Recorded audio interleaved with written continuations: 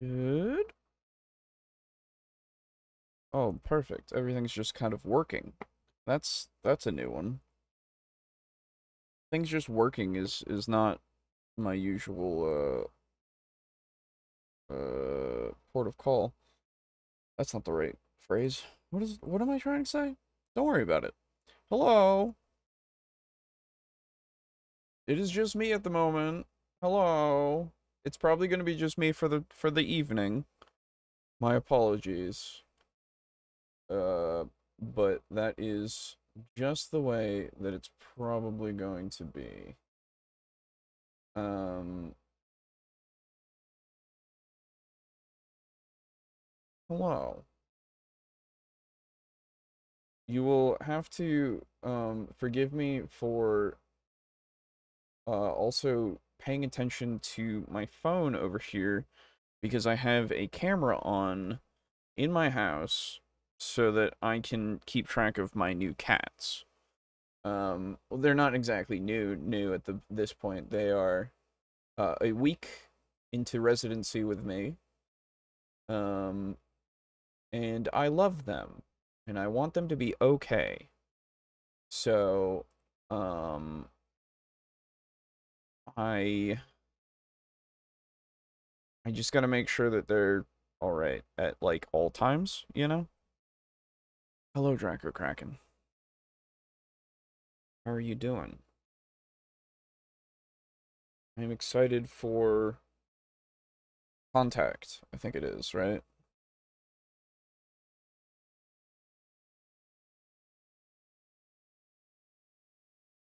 Where was it?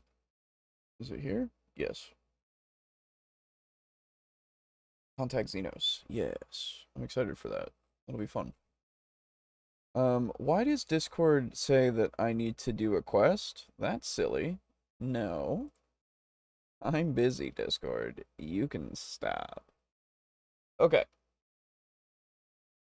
Well,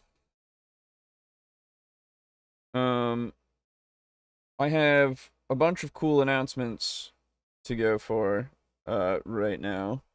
But I'll wait a couple of minutes because it's not 9 yet. Hello, Pizza Funk. How's it going? I hope everyone is doing well. I have been, so last week I wasn't doing the stream because, I was taking care of my new cats, which I have named, after the fairy queens of Mab and Titania. Um, they're both sisters, I have been told, but they look nothing alike, which is fine. Um, but they are sisters anyway. Super distracted. What's up? Oh, you know, just looking at my cameras, so that I can make sure that the cats aren't, horribly upset about anything. They might, I don't know, they might come to my door, and if they come to my door, then I will, I'll let them in, and it'll be chaos in here, and I will get super distracted. So, we shall see. I think right now what they're doing is they are in my hallway, not in my hallway, next to my back door, um, playing with boxes and chair legs. I can't see them, but I trust that they are okay. I might get up and go check on them later on. Anyway, welcome back to Table Talk Discussion and Discourse. I, as always, am your host, Alejo, aka Great95. I'm going to be your only host this evening, unless proven otherwise. So, um, but I have a lot of interesting and cool things. Did you see the new thumbnail? Yeah. Uh, I've got a few things to show you in that case. So first off, um, we have new avatars, as total, on the entire crew, and I would love to show them off for you. If you haven't seen them yet, well, this was mine in the beginning. This is from Anna on Fiverr, also known as, Lonely. What is that? I can't read that. Extra something. Hold on, I'll find it. Uh, I'll find it. I'll find it. Hold on. Uh,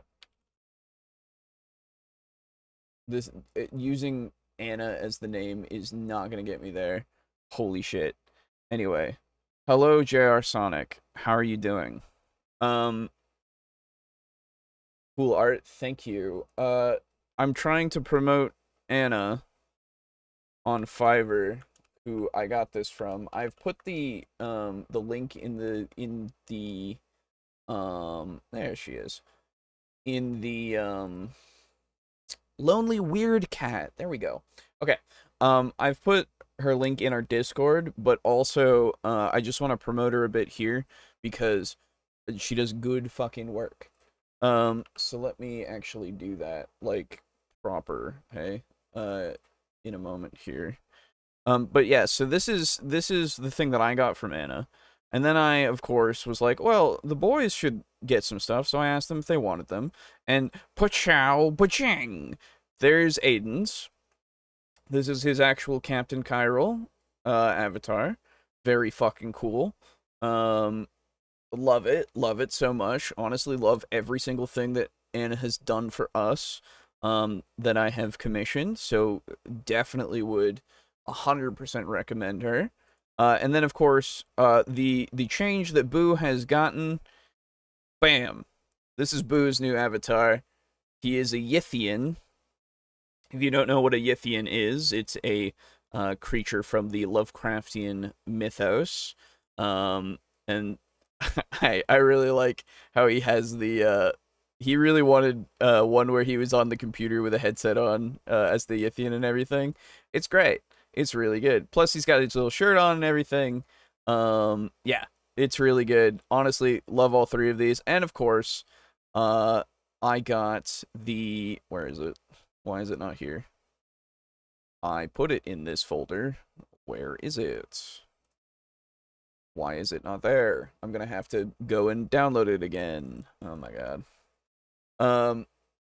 Hello, Timothy. Hold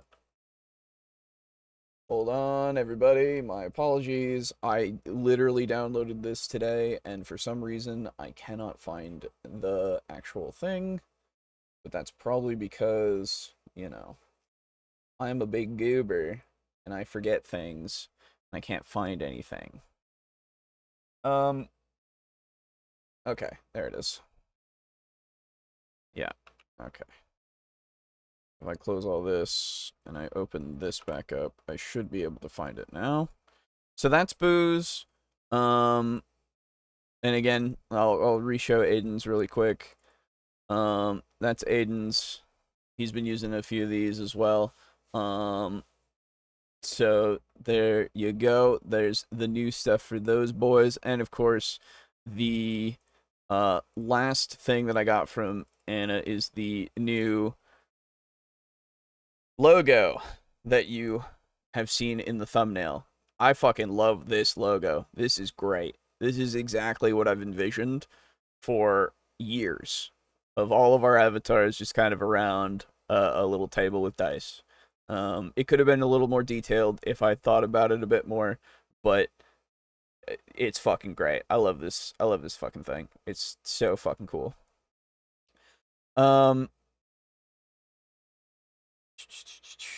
Boo's looking good. Damn, yeah, I know, right? I thought you said Yithian, which would be a very different thing. No, Yithian, yes. Dynamic entry failed, distracted by cat. Fair enough, Shin. No worries there. Boo's new avatar looks handsome, not gonna lie, unironically. Fuck yeah, that's right. I've been lifting all day and I barely move my arms away from the keyboard. They literally slide from it to the desk because they're that weak. Well, hey, man. There you go. Grats to you for lifting all day.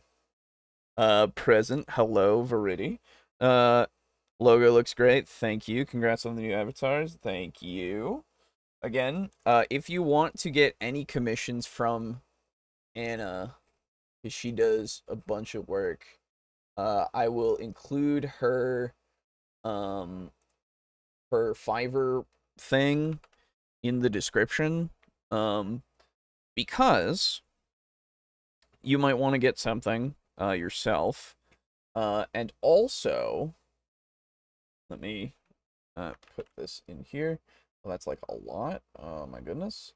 That works. Anyway, so you might want to get some stuff from her. She does really good work, as well as it's going to be a little early on the shilling a little bit, but all of the new avatars and the new logo are on our TeePublic site now. If you will forgive me for a moment for getting it up here. If you want any of our new things, they are up here. They are for sale.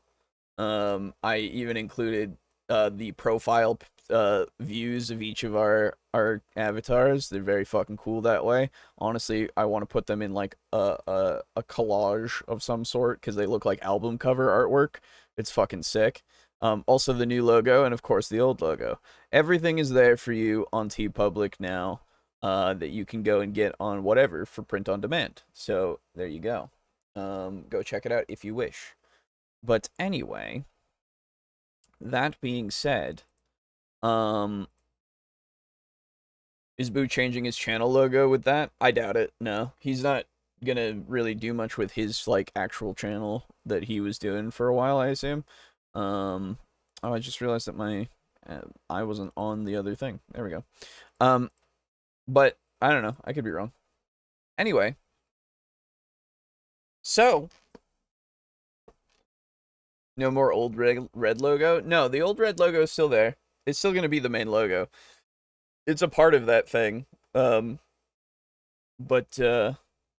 this one here, this animated one, it's kind of like just kind of been a thing that's here.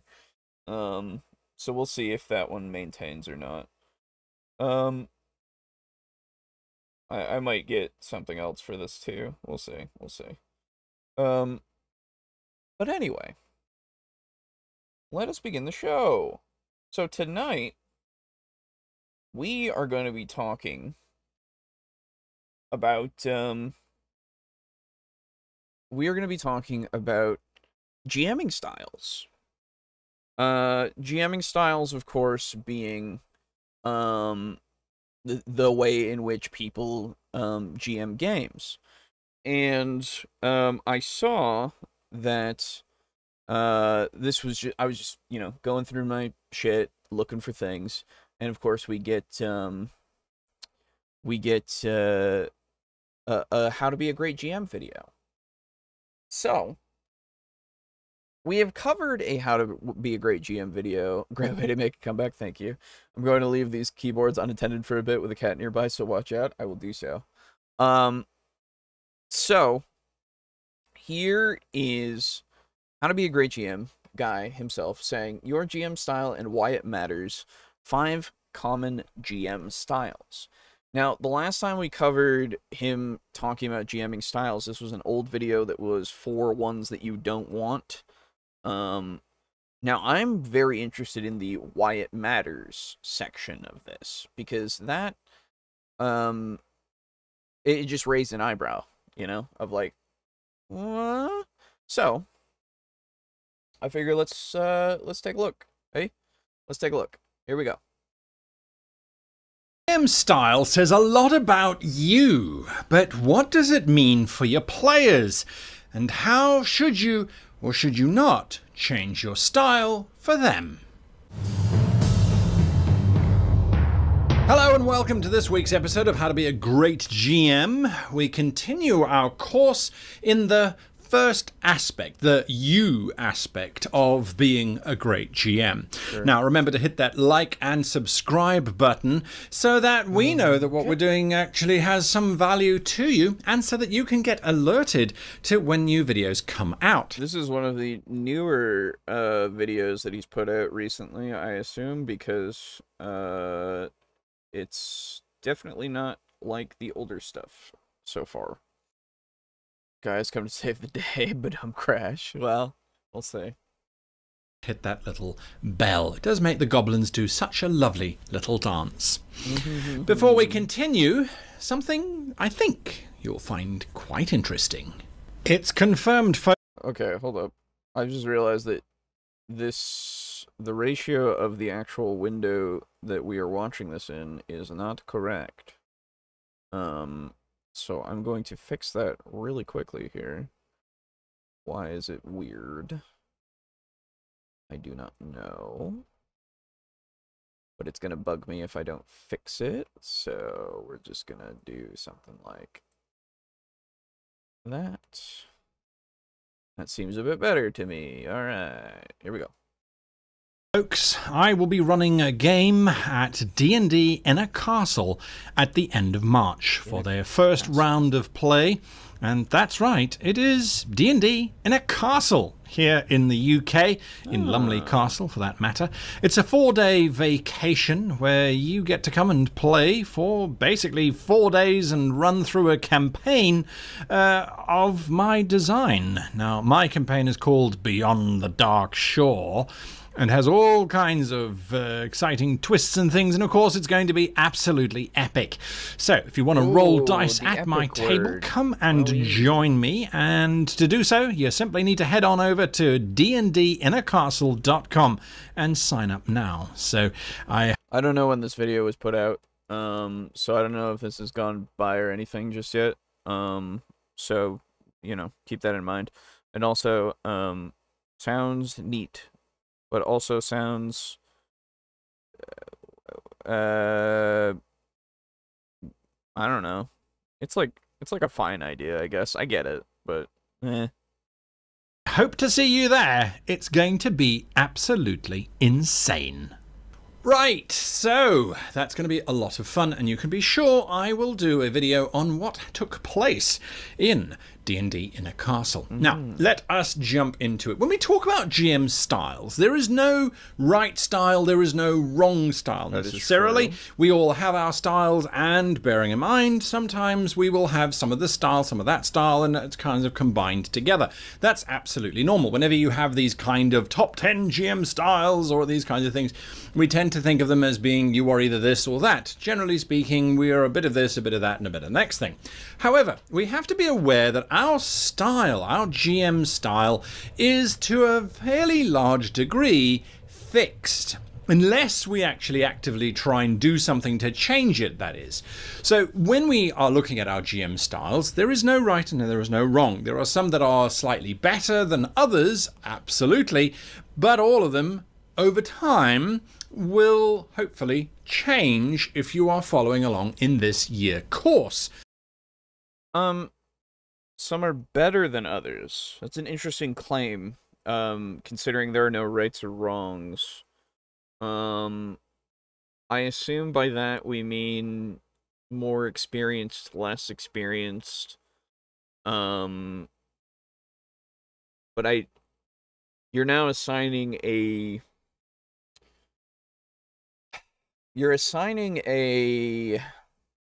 value to a style, which the only type of style that I can say is a bad one is well, there's a few that you can obviously point to, you know, any of the stuff that is like completely player versus GM, right? Like that's always going to be a bad one.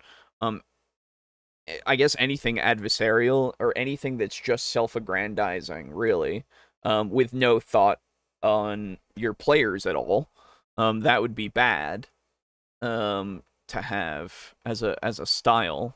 But I'm not entirely sure.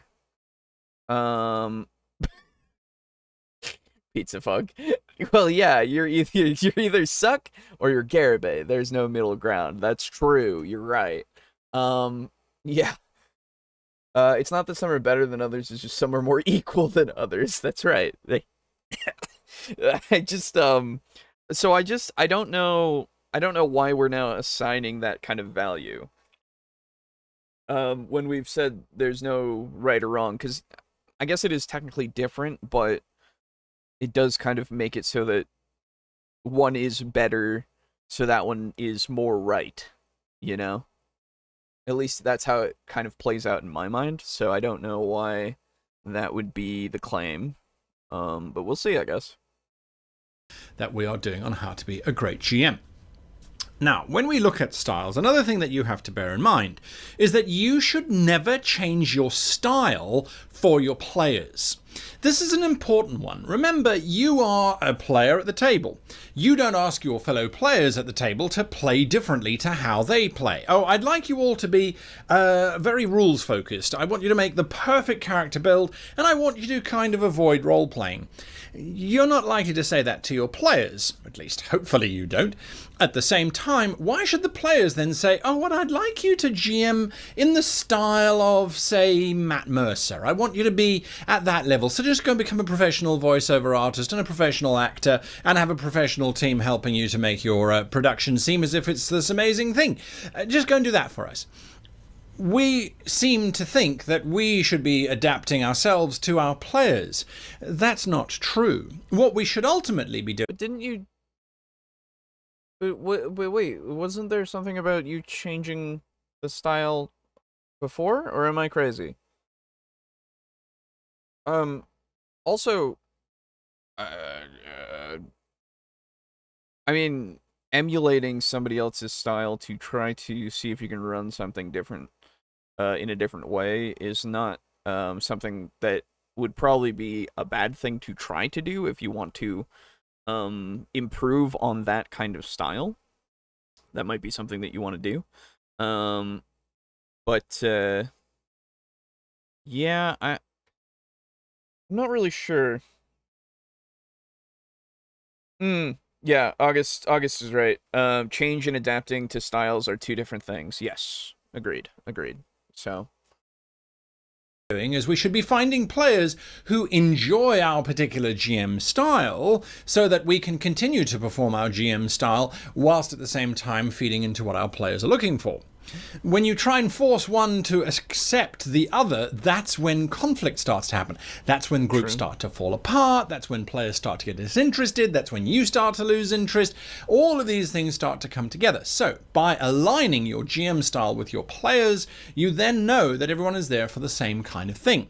Yeah, I mean, the easiest way, of course, to do that is to tell them beforehand what kind of game you're going to try to run, right? And if they're up for it, they're up for it. If they're not up for it, then they won't be. Like, that's just kind of how it will go. And if they're willing to try to play it, they might not necessarily, you know, it might not all work out regardless, but at least, you know, you gave them a level of awareness beforehand. What even are GM styles? Isn't just the person who acts everything out and the person who doesn't? Well, so it's I assume what we're going for here are like archetypical GM styles in the sense of somebody's more of a dungeon crawling kind of GM. Somebody else is more of a narrative like focus GM. Somebody's more of a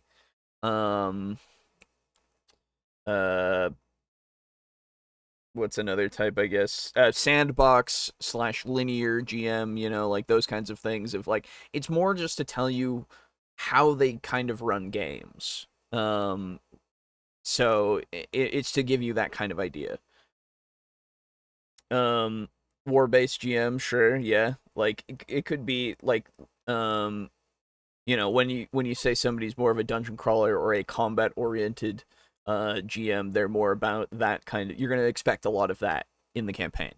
But somebody who's potentially more narrative focused might be looking for or having less combat and more narrative experiences rather than, you know, combats.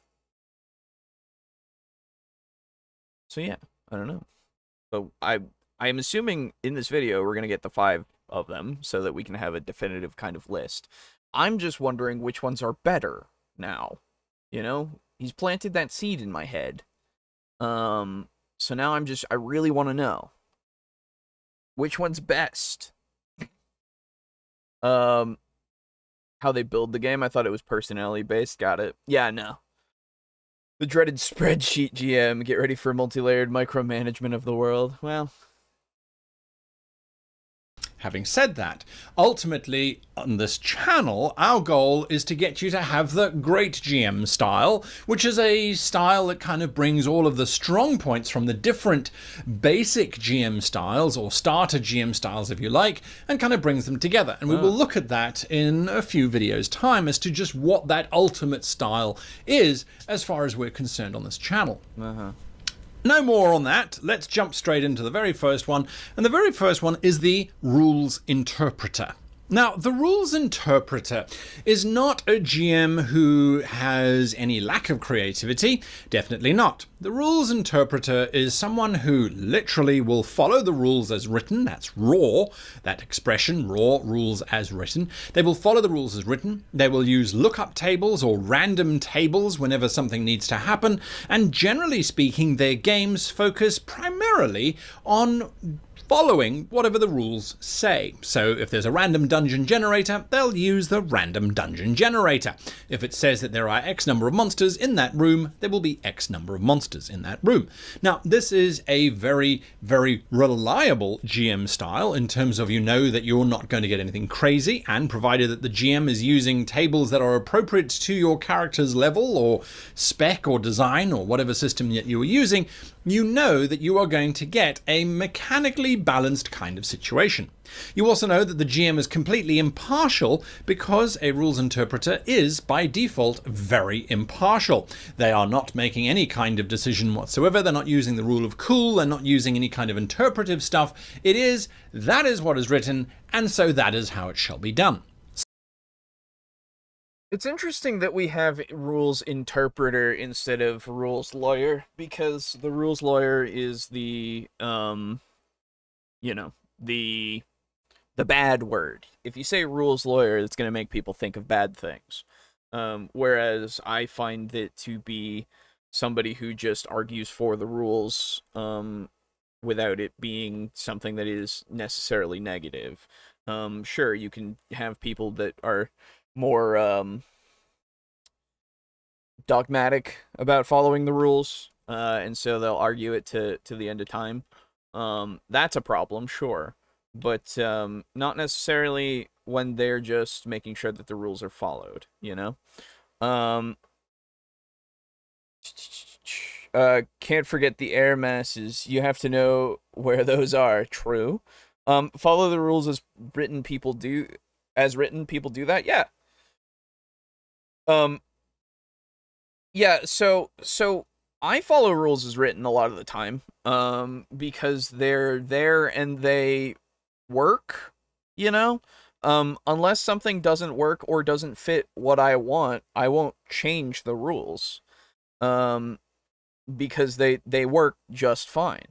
There's nothing necessarily wrong with rule sets in general, usually, in any way. So, yeah, I don't. I just saw the meme. Thank you, Draco Kraken. I figured that would happen at some point. Let me show it to you guys.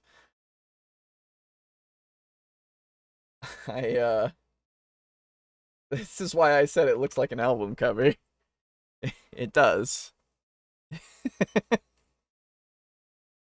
Thank you. Anyway, rules focus sounds better. Yeah, rules focus. Yes, yeah, there you go, August. Yeah. Rules focus sounds better. I don't know why interpreter is being used. That's a weird kind of phrasing for it, but I don't know. Usually raw plus house rules for me, as opposed to replacing rules with house rules. Yeah, exactly. I had to do it. Fair enough. Okay. So it's a very reliable kind of place to be in. It can, however, suffer from a lack of cohesion or a sense of bigger picture, because everything is kind of randomly rolled. The village folk, is there a blacksmith? Well, there's a lookup table for that. 20% chance, yes there is, no there isn't. Why isn't there a blacksmith? Because there isn't. The rules have determined that that is the case. So rules and... Well, okay. Well, now let's be fair, because you've said that they are able to, they have the imagination to, so don't do them so dirty like that. They can probably come up with a reason as to why this isn't the case, you know, or why something is here or isn't here. They followed the table, but that doesn't mean they're going to just say, I fucking rolled it on the table, and so the table says, you know? Like, sure, they could be that way, but I would give them a little more credit on that, you know? Interpreters, good sides, very solid, very reliable, very impartial, definitely going to be using the rules as written, so you know that rules calls are going to be absolutely on the button. But on the other hand, they can be a little bit erratic, they can lack bigger story or any kind of major cohesive story, and sometimes it can feel as if, well, everything is just happening because the dice said so, rather than some kind of constructed narrative. This is very strange to say. Hello, RDX. You need a fourth host so the last spot doesn't look empty on the album, that's true. So... this is very weird to say, because I don't assume, and I don't feel like people who go by Raw are bad at making things fit into a cohesive story. It's a very strange thing to be saying, you know? It doesn't really, it's not really a great, I wouldn't, I don't know, it's a very strange claim, because I don't think a lot of people would say that about people that run games raw, you know? They're just stringent on rules. That's it. Things will still go point A to point B just fine. Not really happy about that kind of claim. The almighty rules have spoken, so saith the DMG. True. But, it's like, it might take them a little bit more to say, oh, this random, like, bugbear that I've rolled up, why is it here? And then they have to think about it for a little bit. But you can, even while they're fighting it, you could probably come up with the reason why it's there, and kind of fit what they find out after, to kind of, like, after they've defeated it, to kind of fit into why, it is kind of being, fought in the area, if it doesn't make sense immediately, you know? That's not a bad thing for you, then that's brilliant.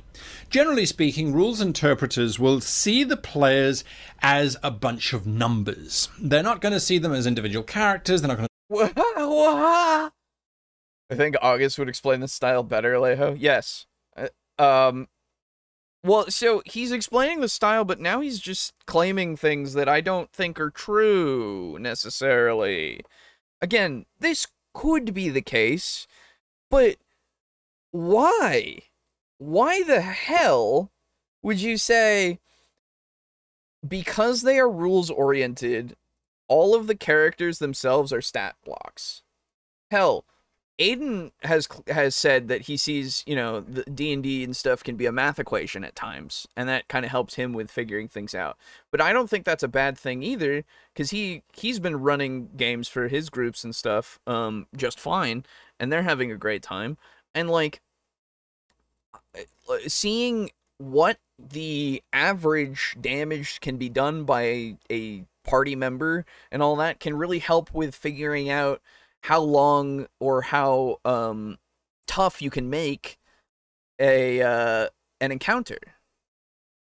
So why? It's not that they are just stat blocks with no backstory, motivation, and goals. They have little this is an amazing claim. Wow, so cool. What? I wouldn't say this at all. I would say this about somebody that I have, like, known, I guess, who was more rules focused, but, like, too rules focused. That's the only time where I would make this claim. When I know the person, like, specifically, I guess, you know? Because I would not say this about the general mindset. It's a very, don't feel good about that one. I also don't understand the claim of making things up on the spot because of the dice roll, because dice and randomness are part of it. The core of D&D as a whole, because you kind of have to do that at times. Yeah, it's true. But he's saying that when you're rules oriented or rules focused, that you're not gonna be able to make it cohesive. And that's fucking stupid. His definition of rules-focused GMs are very purely set on that they only focused on, that only, on that only, and that bothers me a lot. Yes. Now, I'm assuming he's gonna say, after this, he's gonna say, not everybody's like this, but we've already put this seed in there. Look at their backstories necessarily, unless they randomly roll on the table to do a backstory adventure. But generally speaking, they will assume that the players have built their characters based on the numbers and based on raw. So the characters will have to have statistics and values that should be appropriate to their level. If the characters have deviated from that and have got some negative values or have been more creative in their interpretation of the character design, those characters are going to suffer because the GM is completely impartial and will be using stat blocks and monsters appropriate to the character's power level or their abilities, etc., as determined by the rule system. Yeah, that doesn't mean that it's going to make them suffer at all. That just means that... What? What? You're statistically unlikely to have, like, no negatives. What are you talking about, guy? What are you saying? This is very strange. This guy confuses me. Well, welcome to the group. I'm very confused as well as to why he's making this claim. Yeah, I mean, so if here's the reason why PCs will suffer if you're very strict with going by the tables. Challenge rating, CR, of course, is broken. It doesn't work properly.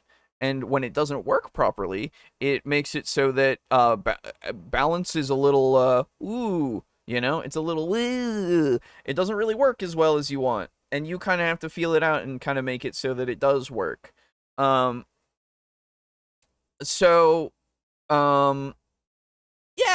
it's, it can very well, I've seen it happen. I've done it myself in the past, where I've gone by CR and it definitely killed the players, killed a character or something, or was killed off very quickly, and it made it either, you know, it was just like, oh, that was very deadly, or oh, that was kind of unsatisfying.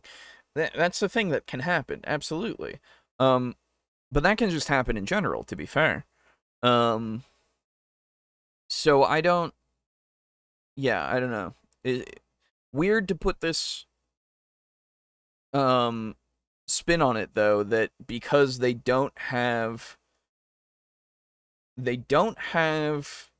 a, like, they don't value the PC's character more than the numbers, that this is gonna happen. I don't like this. I don't think this style is what Guy says it is. No. I don't think that the most rules lawyering person would be that rigid. I don't think so either. He treats rules-focused GMs as very robotic and incapable of adapting to the results of the roles or the players around them without relying on a set value. Yes, that's what it feels like, which is very strange. Give me a second. I gotta go check on my cats, and I must use the loo. So give me a moment. My apologies.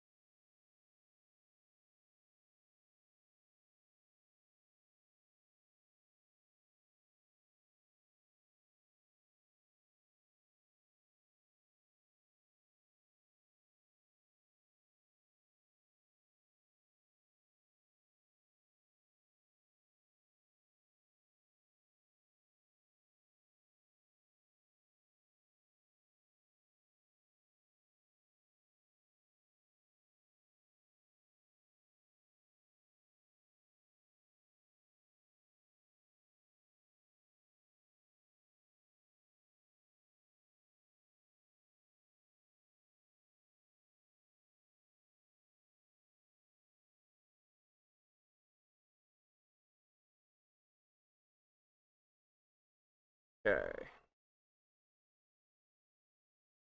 I am back. My apologies. I think my cats have found their way under my, have found their way under my couch. And they're doing fine, I think. I don't know if they are under my couch, though. So, they're not, in the kitchen. They're not directly in the living room, so I have to assume they're either under my couch or under my recliner. We we will hope for that, and if I see them on my cameras, I will know otherwise. But I did not see them leave, so I have no idea where they are.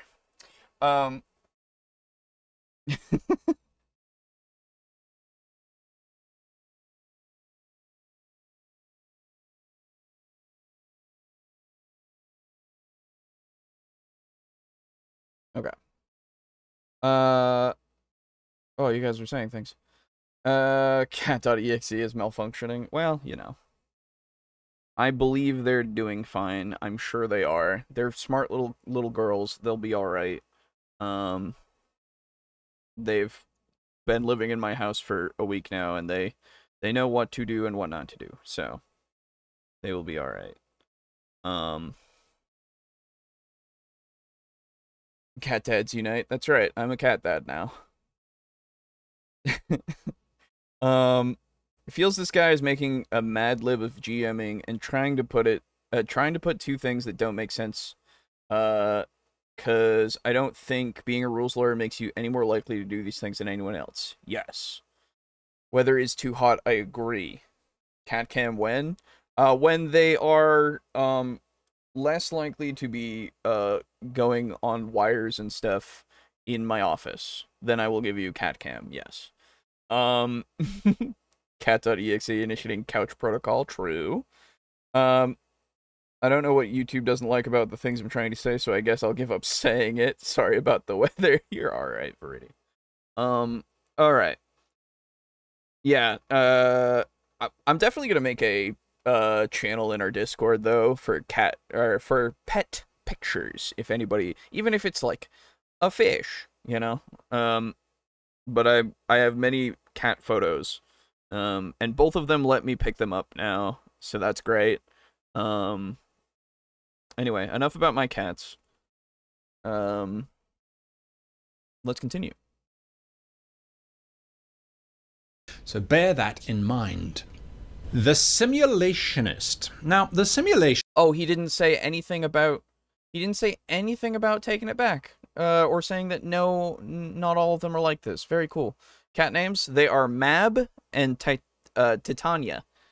I almost said Titania. The Fairy Queens.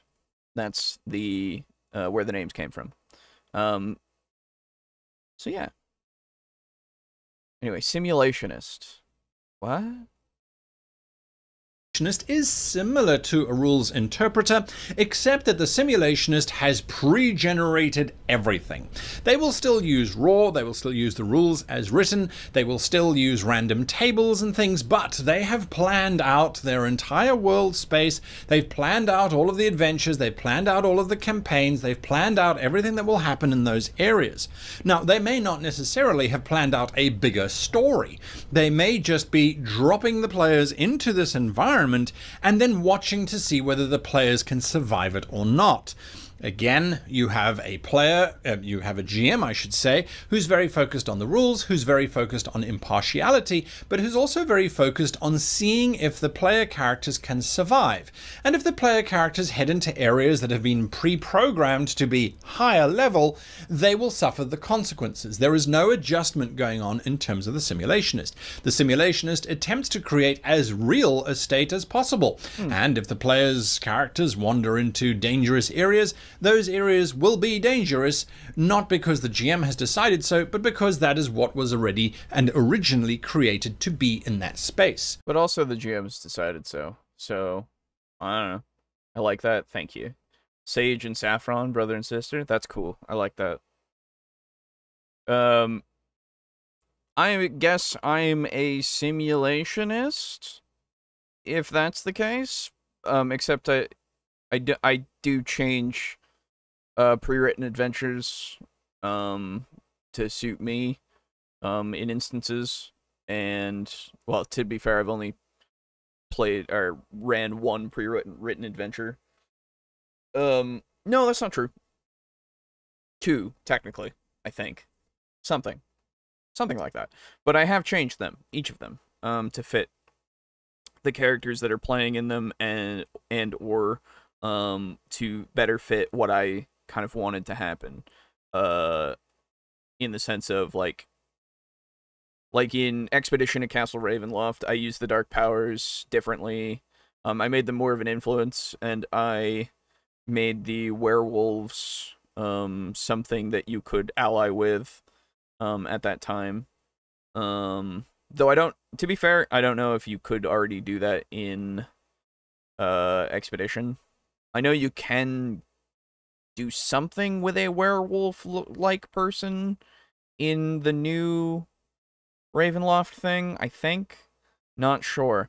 But the yeah, it's not that I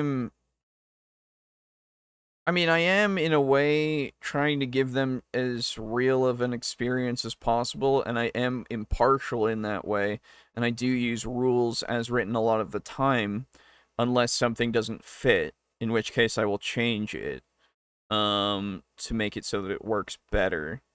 But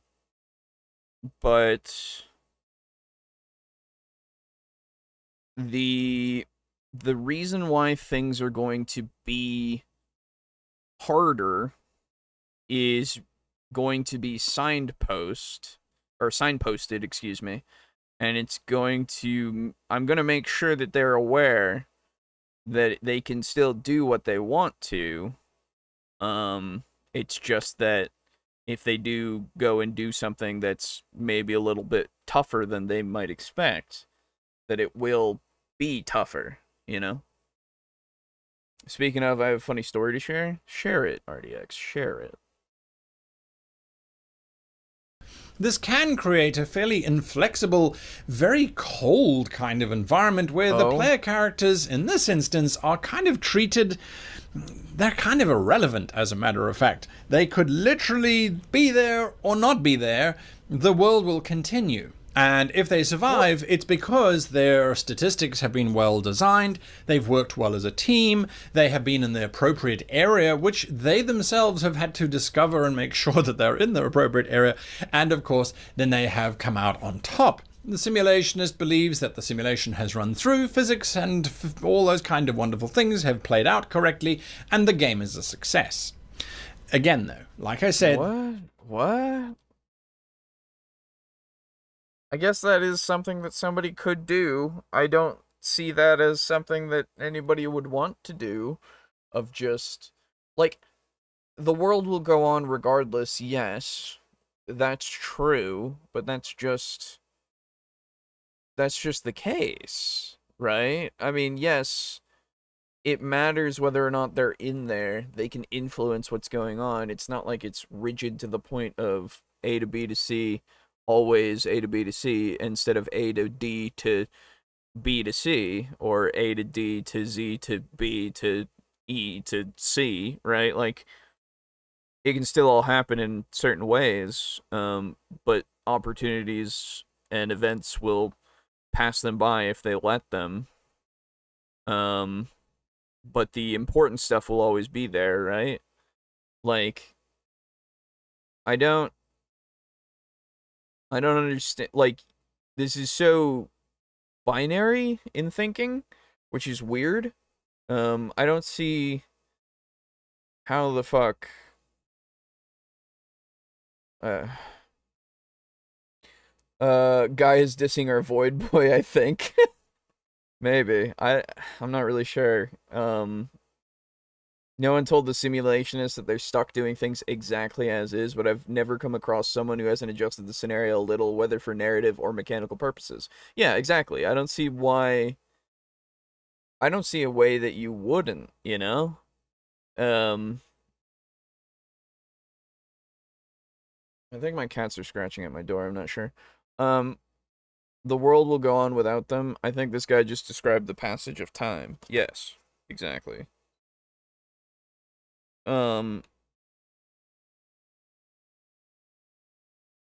Yeah, I don't. Very strange. There can be a little bit of a cold approach. Well, your character snapped their leg because that's what the rules say, so now you have all of these penalties and you will actually starve to death. Oh, okay, we're going with the extreme version. Okay, I understand. Now we're going into, this is making sure that the simulationist is doing things by the rules, but using variant rules, because I don't know. I mean, potentially not even using variant rules, to be fair. You could technically starve to death in raw D&D if you don't have any rations. But also, like, I would imagine that anyone would allow, like, for a foraging roll of some sort, in the sense of nature, or something. But also, yes, if there is something like, if the system is in place where you're getting major wounds like that, then yeah, you're going to use the system. You've agreed to that, right? But D&D doesn't have that. Call of Cthulhu has, like, it has major wounds, but it's not necessarily, like, I mean, it can be specific, but, like, I don't understand what the problem is, I guess, in that respect, because everybody's agreed to play it this way, I would assume, at this point. See, that's what I meant to say when I said I don't know people stuck to the rules, because players change and mod them all the time. Well, so, again, it's like, it really depends on what you mean, I guess, by sticking to the rules. If we're talking about strictly sticking to the rules, yeah, people do that, but it's not, like, uncommon for slight rules to be changed and such. And again, I use the rules pretty raw a lot of the time because they work. So, I don't know. I guess God told me years ago I'd snap my leg against a car because it's meant to be. What a shitty way to play out things as a GM. I get things happen, but you don't do it all the time. It's one of those things, right? I absolutely don't fudge rolls. But I will give opportunities to get out of situations. An example. We were playing Delta Green off camera, right? We were playing our own little personal game.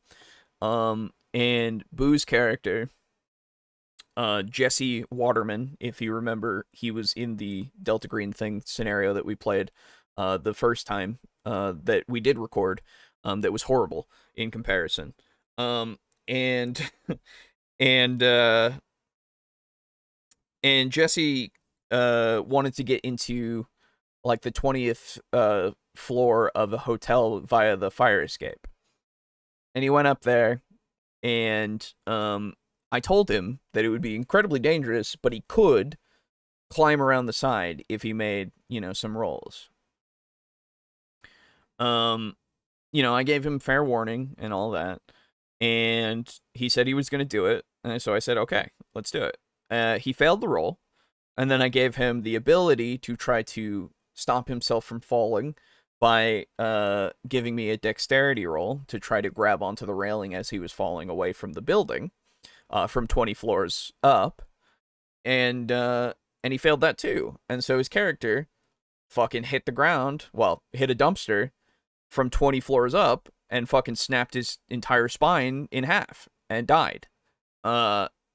Which was unfortunate, sad, and hilarious at the time. It was great. It was a fantastic moment. And again, I gave him chances, but I wasn't gonna, I wasn't just gonna say, no, you're gonna be fine, because that's not how it works, at least in my mind. It gives me the it's one of those things of like, let's take the story and continue from where that went on, because that can be a powerful motivator, or it can be just a wrinkle in what's going on, and it was. But it also helped introduce his next character, which was great. Colungo the Immortal, may he rest in peace. Yes, exactly. The other example, of course, being that I let Colungo, Brogan's character, try to run past two wargs who had disadvantage on him, and both rolls of the D20, I rolled them at the same time. Both of them were natural 20s. It was fucked up. It was so fucked up. And I could, it will never not be the funniest thing in the world. But it's something that happens, you know? And I'm not gonna change that. But again, I'm gonna give chances, but I'm not gonna change things that happen. Just to make it so that it's, I guess, more palatable. I don't know what the proper terminology would be in that instance. There's no avoiding your canon event. That's right. Exactly, Viridy. Exactly. That's the end of your character. This is not a bad thing if that's the kind of game that you're looking for. Remember, none of the GM styles are good or bad. They all have their pros and they all have their cons. The module... Okay. Thank you, I guess. I think, I really do think that it's just, I try to be as fair as possible. I give as much chances as I think are warranted. And, you know, you can argue with me if you want to, and we can come to an agreement if you think that it's a little unfair, and I'll hear you out. And if I agree, then, you know, that's fair enough. We'll figure it out at that point. But most of the time, I mean, I haven't had that much of a complaint. So, I don't know. But then again, who knows? And again, I'm not gonna be perfect at it, so I'm not gonna, you know, claim that it's never going to happen. Totally will. Modular DM kind of rounds out our space in terms of predetermined, in terms of pre-constructed, and in terms of raw rules as written kind of GM styles. The modular GM is the GM who runs pre-made world settings, pre-made campaigns, pre-made adventures, and follows those adventures as closely as possible. We're just really reaching for 5, aren't we? Because this is exactly the same. Once again, you have a very reliable GM, you have a GM whom you know is not trying to defeat the player characters, is not trying to outmaneuver the player characters or the players, but is there presenting a constructed, a methodically planned out, and a fairly reliable narrative. Remember, modules are written by people who are trying to create amazing adventures, but to cover all of their bases, and so to give the GMs as much support as they can. Modular GMs, of course, can suffer from the fact that when the player party tries to deviate from the pre-scripted story, that they have no material, and so sometimes might railroad the players going, well, you just can't go down that road because the module doesn't cover what's down there. That can be a failing of a modular GM. At the same time, PCs who completely deviate, and instead of killing the initial ogres or the initial goblins encounter, they make friends with them, or they befriend them, or they bewitch them, or they enslave them, or they take control over them and lead them on a rampage. Again, the module is never going to cover all of the different scenarios, and as a result, a modular GM is sometimes seen as a very inflexible GM, simply because... So it's the same as literally the both of the other ones that you've just gone over. Like, what are we doing here? Come on. What is guy even trying to do again? He's trying to tell me about 5 common GMing styles and why it matters, apparently. I agree that there is a value in recognizing similar playstyles and such, but so far, I mean, he took, like August is saying, modular GM isn't needed as a type, you're just adding an unnecessary category because the prior 2 he took to an extreme. Exactly. Like, it's just, we've already kind of done this song and dance, but in different words. It's the same thing.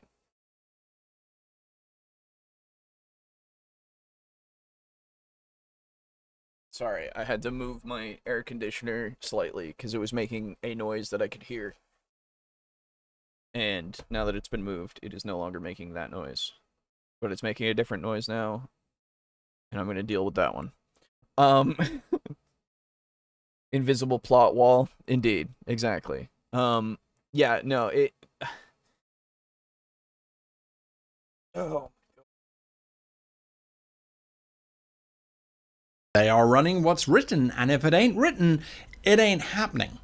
PCs are seen in this instance more as pawns who move through the pre-constructed narrative and who are kind of positioned by the players to best take advantage of that specific story rather than being free to go off and do whatever it is that they want. Okay. Hey, narrator, that's what I said. So as somebody who literally started DMing with a module, excuse me. I don't think so. I don't think that's how you view it. Like, is it possible? Yes, absolutely, it's possible. But I would like to think that most people understand that things are not going to go exactly as planned with a module. So they will not plan on the fact that things are going to go A, B, C. Instead, they could go A, C, B, you know? It's like what August was saying before, I don't think there's anybody that I've met who's run one of these exactly as it's written. Because I tried to do an opening scenario thing for Vampire for a group, and I tried to fit it more in terms for them, and they didn't complete it technically. They were called away because they did something else that really, like, they did something incredibly crazy that got the attention of the prince, and so they were called away from it. But they were gonna go back to it, right? They were going to figure it out and eventually win that scenario, quote unquote, right? They were gonna finish it. But because of, you know, they blew up a fucking car park, okay? And it wasn't, I mean, it was because they needed a distraction, and they asked their ghoul who was there to create that distraction. He gave them a suggestion as to what he was good at, and they said, go fucking for it. And so I rolled for it for him, and he blew up a whole like parking lot, basically, of cars. It was real good for him, not great for them. And he got out. I made sure to see if he did or not. He got out, and so they were successful with that part of the plan. Gave them more opportunities as well that they were starting to do, and they eventually were going to get back to that scenario and, like, finish it. But yeah, as somebody who will take those things to kind of learn the mechanics, it doesn't mean that I'm not going to allow them to kind of go off the beaten path. Now then again, I'm not necessarily that kind of a GM anymore, right? Like, I don't strictly do module stuff or anything. So maybe I'm not the best example, but again, I think I want to give credit to people who are trying to do these things for the first time. And yes, it's more due to the fact of inexperience, I think, that makes it so that they might not have the improvisational skills to continue down the beaten path, or the I guess not the beaten path, but the path less trodden for a scenario that they are running that's strictly by the book. So they're going to potentially have a railroad opportunity happen. But that's just due to the inexperience, right? And these days, you can get a lot of ideas from things like these videos. But I think you can get a lot of experience these days from actual plays and stuff. Like I said this before, since we have a plethora of games that you can go and watch, you know, there's so many things that can give you an idea as to how things will go, more than what there used to be. So I think there's a lot more experience that you can, or there is a lot more experience out there for newer players even. That's not, I'm trying to say that there are more experienced newer players, and that doesn't really sound right, but you get what I mean. I hope. I agree, this part is not needed. True. Shit happens. Sometimes you run your boat over a sandbar. True. True. And most of that was off the dome, so I gotta get that out soon here. It's been I have the whole week off, so I'm gonna be working on a lot of stuff, as well as doing some streams and stuff. So look forward to that, because I'm definitely gonna sit down and do that shit, because it has taken me fucking far too long, and now that I have a moment to like breathe, the cats will not stop me either. They will try to. Oh, they'll try to. They'll try to get my attention all day. But I will finish that shit. It will happen. Anyway. The narrator. When we move away from the rules as written, the raw kind of GMs, we move to the rule of cool, or the rock GMs. Now, the rule of cool is effectively a way of saying, I know the rules are there, I know the mechanics are there, but they're not as important as the actual story, as the outcome, as the events that unfold in the adventure. This is problematic immediately, because now we suddenly have an unequal footing. If the GM can bend and break the rules, well, why can't the player characters? And if the player characters can, then can all the player characters equally do it, or is it only for a select few who happen to have the same kind of narrative approach to gaming and to role-playing as the GM? Again, you see, this is why it's important for us to align our GM styles with our players, so that we don't get mechanical players who are looking for a simulation as GM stuck in a narrator's story where it is the big picture, it's epic stuff, it's drama, it's NPC interaction, and all of those wonderful character builds don't really mean anything, because the monsters will fight until they dramatically die, or until they surrender and try and seek peaceful options, which is not exactly against what the role-playing systems are about, but it does kind of defeat the point of having well-built, mechanically sound and rules-sound characters. In this instance... Okay, before we get to the cons, I guess, so rule of cool is fine. I don't think it's made it so that anybody has said, oh, can we just bend the rules all the time? That's a bit of a stretch to me, because usually when somebody says, okay, I know the rules say this, but I think this is really cool, so I'm gonna let you try to roll this to do this, right? Usually when that's stated, everybody kind of has the understanding of this is an exception, right? This is an exception to what we usually are going to go by, because I think this works better for what we're going for right now. And that's fine. And I just don't I don't know why we've taken it now to... Now the players are going to all think, oh, are you only doing it for me right now? Unless, I guess it's really just if you're only doing it for one person or select few. But sometimes things just don't come up that necessitate it, quote unquote. Or at least that you don't find that it calls for it because they're trying to do something in the rules, right?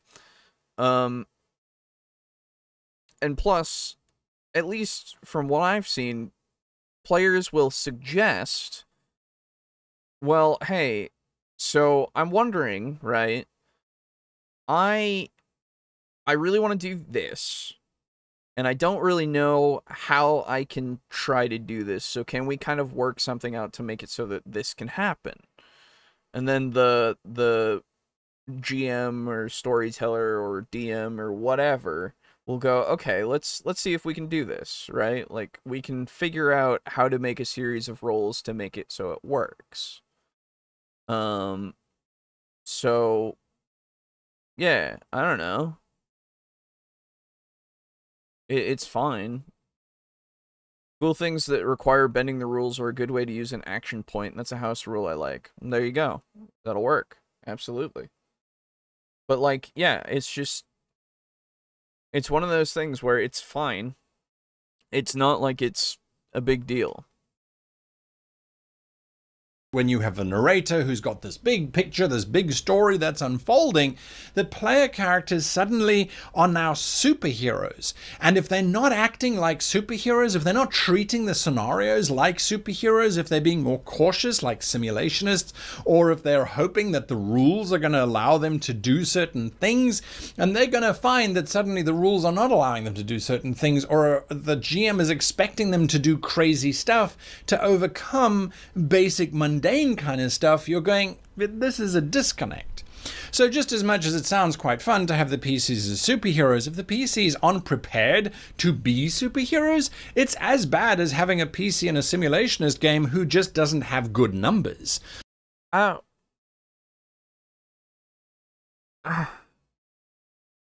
trying to understand how and why we are strictly saying that a narrative style DM is going to make this the case, instead of making it narrative focused, right? Because if I were to tell you being a narrative focused DM, I literally did in the beginning of this show. I said being a narrative focused DM, at least to me, means that you're going to see a lot more social interactions. You're going to see a lot less combat because things can be resolved a lot more by your role playing.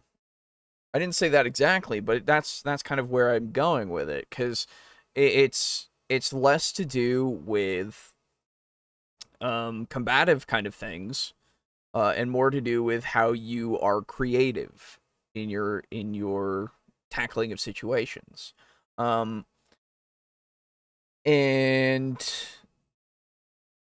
I don't think I would go to this degree of negative for this type of style, because I don't think that this is the case a lot of the time, / most of the time, / some of the time even. But it's possible. As everything is, really. So at that point, what does it really matter? But to say that PCs are going to feel like superheroes, and that's... because they're not going to be using the rules properly, I guess, just in general, which I don't think that's the case at all. It's just weird. I'm very confused. They're not going to fit. There's going to be a disconnect. Again, this is why it's important for alignment. We want to align. We have to understand ourselves as GMs, and later on we'll understand our players, so that we can understand the first aspect of being a GM, which is yourself. Finally, when we come to the last section, that's the author. Now, the author is similar to the narrator. They're going to have a big story. They're going to have a great kind of narrative worked out. And already you should start to hear warning bells going, well, hang on, the modular GM has the same thing, don't they? They have a big story planned out. It was written by somebody else, but they're still running it.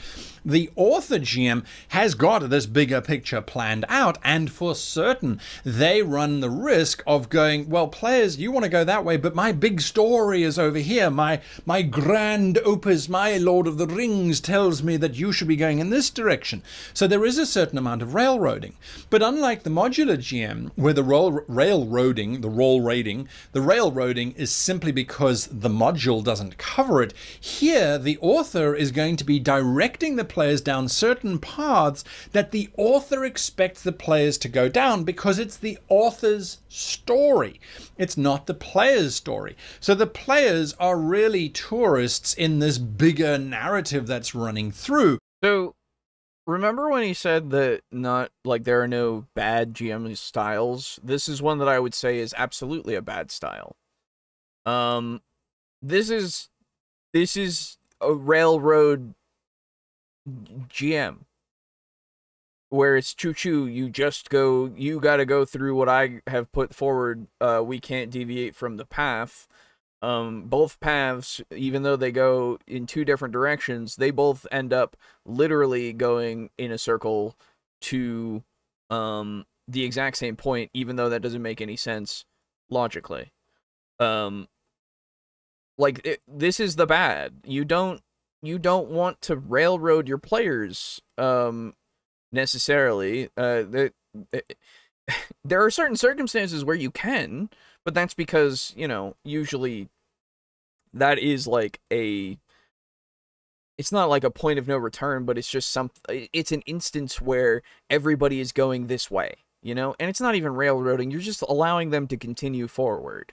The railroading aspect is literally just, this will happen this way, you must do it this way. Otherwise, you cannot do it in any way. You won't be able to go forward at all. And, there are certain scenarios where you can have things be, this is necessary, this MacGuffin is necessary, right? They will have to get it this way. You can tell them in different ways, hint at it and give them rumors or flat out requests and such to get them to get the MacGuffin. But that doesn't necessarily mean that you are forcing them to go and get it, right? Time limits are a thing as well that you can put into place. But that can kind of technically railroad things. But it doesn't necessarily mean that they will go in the right direction due to the time limit. But again, being the writer of the story and then saying, this is what you need to do, you have to do this, this is the only way to do it, your character doesn't really matter at that point, just do what I'm telling you to do so that we can get through my story. That's the bad thing. This is just a bad thing to do. So, yeah, found the worst one, I guess. I was AFK, what did I miss? Narrative stuff. I don't know. There's that superhero word again. I know people are never going to stop saying it, but I'm never going to not hate it when they do. I know, right? Fucking stupid. If you want to be railroaded, become a stage play actor. True. But even the case, you can quote unquote railroad them in the beginning just to get them to the point of starting the game. That's fine, Oh, you all met in the tavern. Oh, you're all literally on a train to go somewhere. And you arrive there. There are instances where it's fine. Because you can have people buy into it, but it's not, you don't want it to be the entire fucking game. And so the narrative, not the narrative, the author GM is the GM who will break the rules, who will use rule of cool rather than rules as written to keep their precious story going. When the players start to deviate from the special and precious story, that the narrative, it's not narrative, the author GM is going to be pushing those player characters back to trying to get back to their final story. Now, when you look at it, you look at all of these different types and you go, okay, none of these seem particularly good and none of them seem particularly bad. That's true because... Wait, what? What? What? No, that's not what I think at all. That's not what anyone would think at all. I think everybody would think that author is bad. The way that you've laid it out. Honestly, I think anybody would think any of them are bad, the way that you've laid them out, because you give them the examples of, oh, you are doing this in a way that is bad. Am I wrong? I don't... Okay. We will draw from different things. You might have a simulationist GM who's going, okay, well, I am a simulationist GM. I've pre-planned my world. I've got all of these different adventures that are located in these different locations, and I will be using raw rules as written. But at the same time, I'm a little bit of an author. I have got a bigger story that I've worked through here, so I'm hoping that my players will be able to get through to the final end. Again, though, if the player characters die before they get there because the rules state that they should, that's where a simulationist goes, well, hey, it was fun up until that point, and it was actually fun that you guys failed. Yeah. That's a particular style of GM, and I've played with many GMs like that. For me, as a player, I kind of go, yeah, but I really wanted to know how the story ended, and having it end on a down note where everyone's dead, yes, it's tragic, but it still feels unresolved. But that's me as a player. Again, you need to determine, what's wrong with me today? You need to determine what your particular style is so that you can start to look at the positives and the negatives and start to step back and say, well, hang on a moment. Just because I'm a simulationist GM doesn't mean I need to be cold. Just because I'm... But nobody thinks this. Nobody thinks they're cold. Even guys mixed. What the fuck? Yeah. Everybody's mixed up. Well, this is... I don't think I'm cold. What the fuck? No, I just think that the story should go the way that it goes. That's all I think.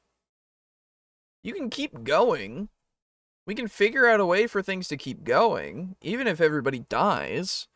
If you really want to keep going with the scenario, we can go with the scenario again. But, like, at the same time, I, personally, am fine with, everybody, like, we didn't get to the end. Uh-oh, well, maybe you can get to the end again another time with another few characters or something, right? Or, like, God.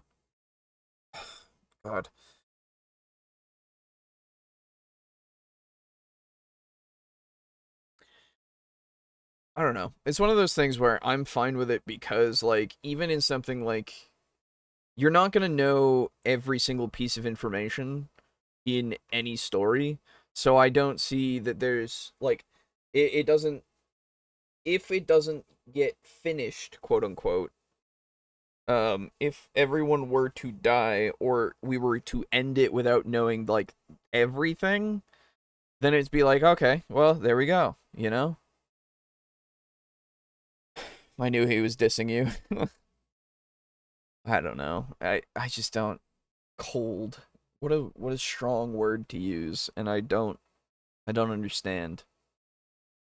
I'm not indifferent about it. I'm just, like you said, impartial, and that doesn't mean cold. That just means that I'm going to, like, sure, I'll feel for you if you really like a character. Sure, that's unfortunate that they've died. But I'm not gonna lose sleep over it, I guess? Is that cold? I don't think so.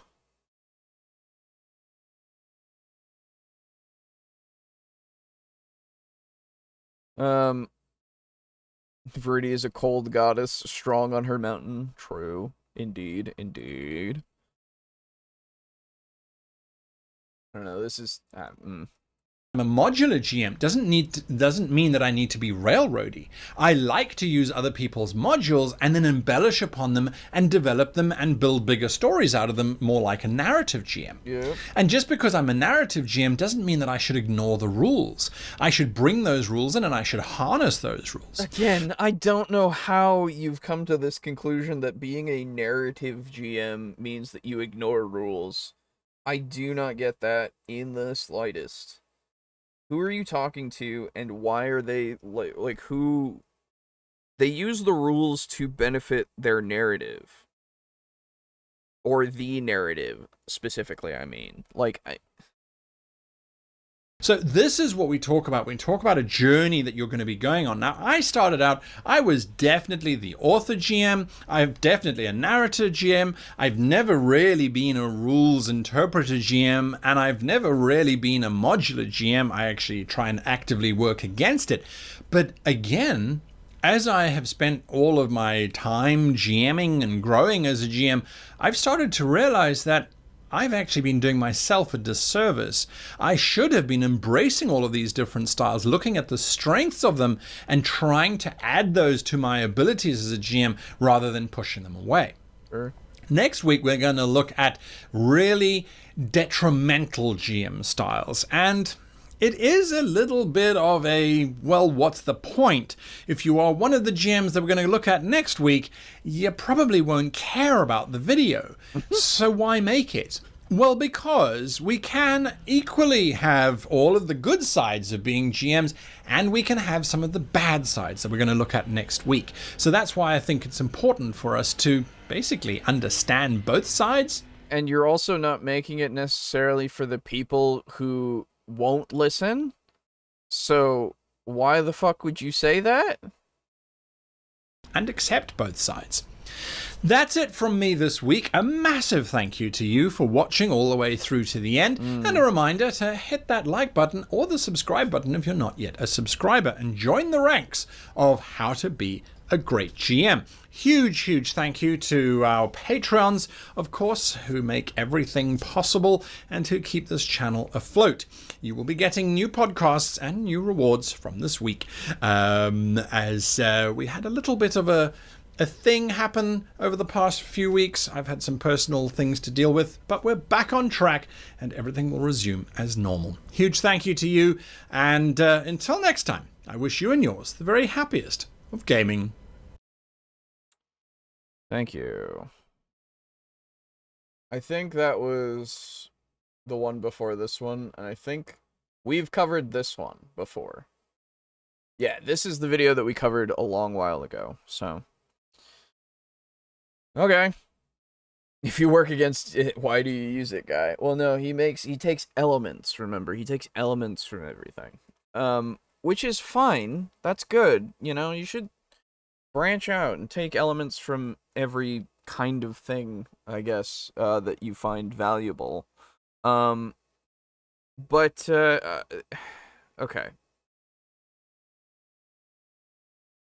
Oh, so let me describe to you how I would describe each of those types of people, I guess. Excuse me. Firstly, your rules lawyer DM, or GM, sorry. Your rules interpreter, your rules focused GM.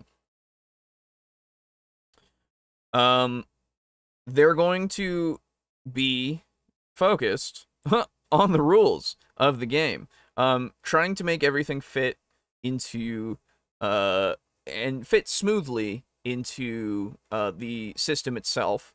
They're going to try and find the rules if they don't know them. They're going to, and that could potentially hang up sometimes some games, but that's not necessarily a bad thing. That they're going to take the time to try to get things right. You're going to have consistency. Consistency is very nice to have with somebody who's more rules oriented. and you can rely on. He did say that they would be reliable, and that is true. You can rely on them for knowledge of the rules slash caring about the system enough to use those rules properly. I don't think that there's too much of a negative there, unless they are strict. That's the only time where I would say that there's a negative, in the sense of they will not deviate. If they do not even want to think about deviating whatsoever, if something doesn't match up, then it's going to be a little tougher for people, I think, and themselves. It's going to make arguments happen. It's going to make it so that people might have a worse time because of it, right? Simulationist. I think Simulationist was pretty spot on, in the sense of they're going to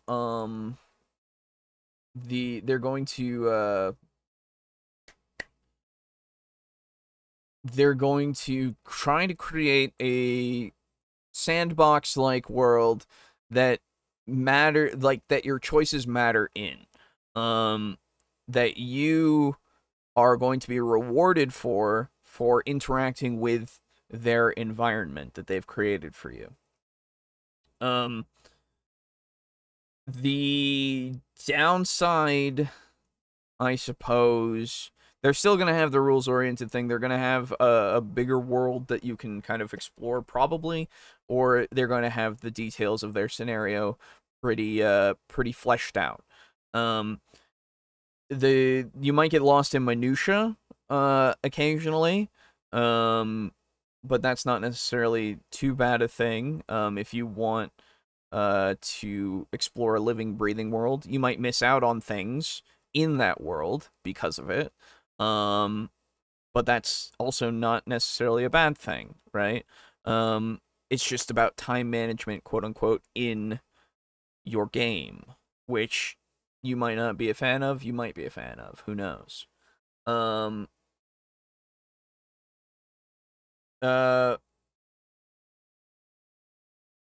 the way, I was ready to play Based or Cringe with those 44 DM rules that had everyone stirred up, but I'll hold off your plan on covering them. Yeah, we'll look at them when we're all together. That was what I said before. We just weren't able to get all together this week, unfortunately. Play Based or Cringe with these DM styles, true. Railroad styles, obviously cringe, yes. So yeah, that's something. If we want to separate even more with the modular style DMs, you're going to get modules. Modules are pretty good in having a lot of content. I don't expect it to be exactly the same as something that you've read or seen people play before, because assumedly people will tailor it more to the experiences that you have, that you will have, and slash your characters have for those places, right? Or for those modules, excuse me. Downside, I don't know. It might take them longer to think of off the wall ideas, I guess, or not solutions, but answers to off the walls ideas that you might have for scenarios in the module. Not the worst thing in the world. But they will have encounters prepared and such, so you can expect that anywhere that you go in that scenario, you're probably going to have stuff. Anyway. Narrative. I've already talked about it. It's not that bad. I don't, like, if you don't want combat as much, or if you want combat as much, then it's less likely that you would go for it, right? But other than that, there you go. That's what it is. I've already talked about it. And the author thing, we've discussed it already. That's not great. It's good to have a big world, a big story to go off of, but if you're not flexible with it, that's not great for people. Because flexibility is pretty key in any GMing, DMing, whatever style. Being flexible is kind of the main thing that I would really go for as to what you should keep in mind whenever you run anything and play anything. Being flexible is good. That way you're not you're less likely to encounter arguments excuse me, voice crack.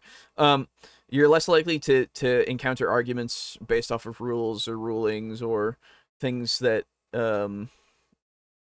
might not make sense in the moment, right? You just kind of go with it until it's either like confirmed to be a problem slash has been resolved in the sense of it's been explained enough by the person who's running the game that that this is how they're doing it, you know. Slash when you ask if this is going to be different, you know, beforehand, that you go with that kind of flow.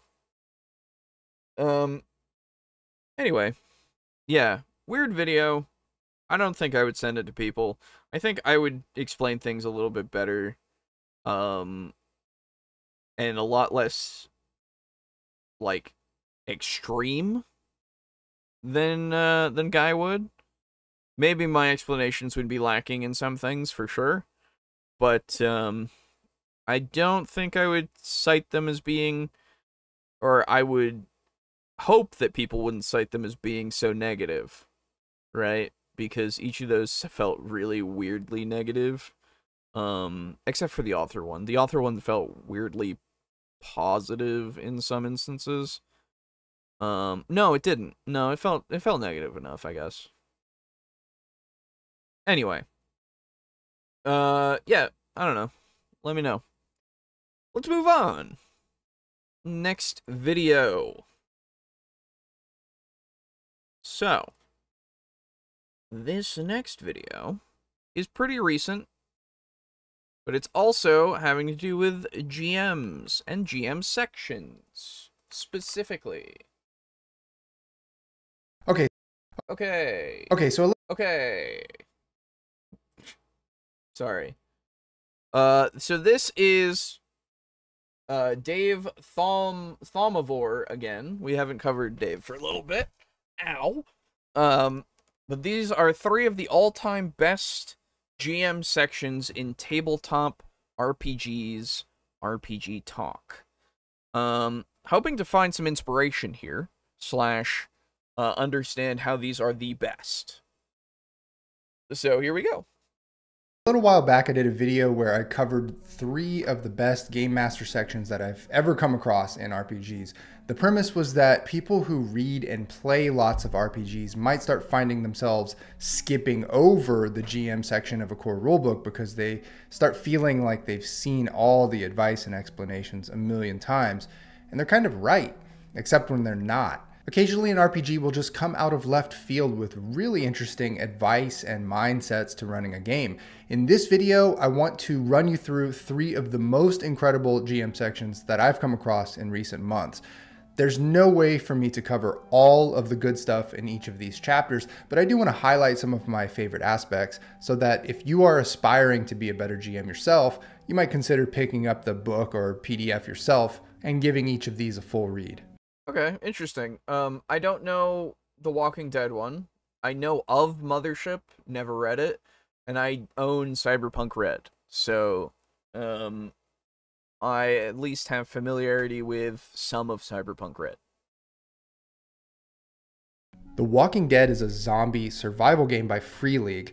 As you can see from the cover, it's very much an officially licensed product. I actually released a whole video worrying about this game before it came out, theorizing that maybe Free League had lost their way and was just resigned to pumping out licensed game schluff. But when the game did officially come out, I gave it an earnest read and was blown away by the attention to the unique game design elements that really do simulate a very deadly and unpredictable type of zombie apocalypse as depicted in the Walking Dead comics and TV shows. There were two quite interesting takeaways I had for this game. One, you don't have to associate it with The Walking Dead at all if you don't want to. It stands alone as a generic zombie apocalypse RPG as well. That's and good. two, the GM section is unusually good. If you look at the core concepts here, they seem pretty simple and intuitive.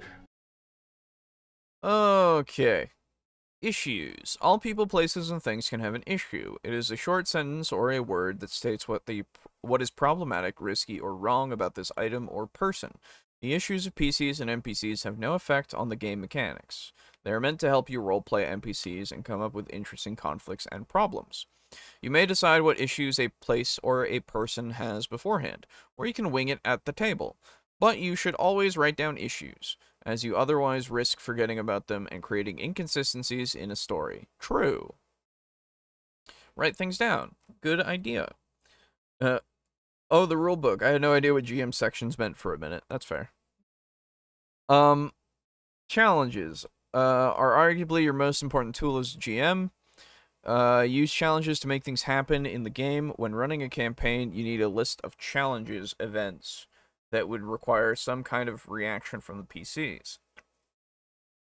You don't need to force all the challenges on your list to occur. They're just sources of inspiration that you can draw from. Okay. Endgames. When you start playing a campaign, you might have an idea of how it will end if the PCs fail to handle their challenges and the situation escalates. Write down this idea. It is called an endgame. Just like the challenge list, it is something that could potentially happen, but the story might just as well turn out differently depending on what the PCs do. Having an endgame helps you decide on what NPCs strive for and do.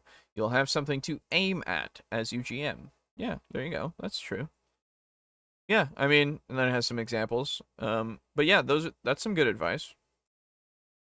Write down issues that players might face or have started to face in the fiction, list out potential challenges for players, and write out some potential consequences for how a challenge gets resolved. Then outline a number of NPCs by defining their own issues, relationships, and key relationships. There's a whole bevy of questions that can help you shape each NPC.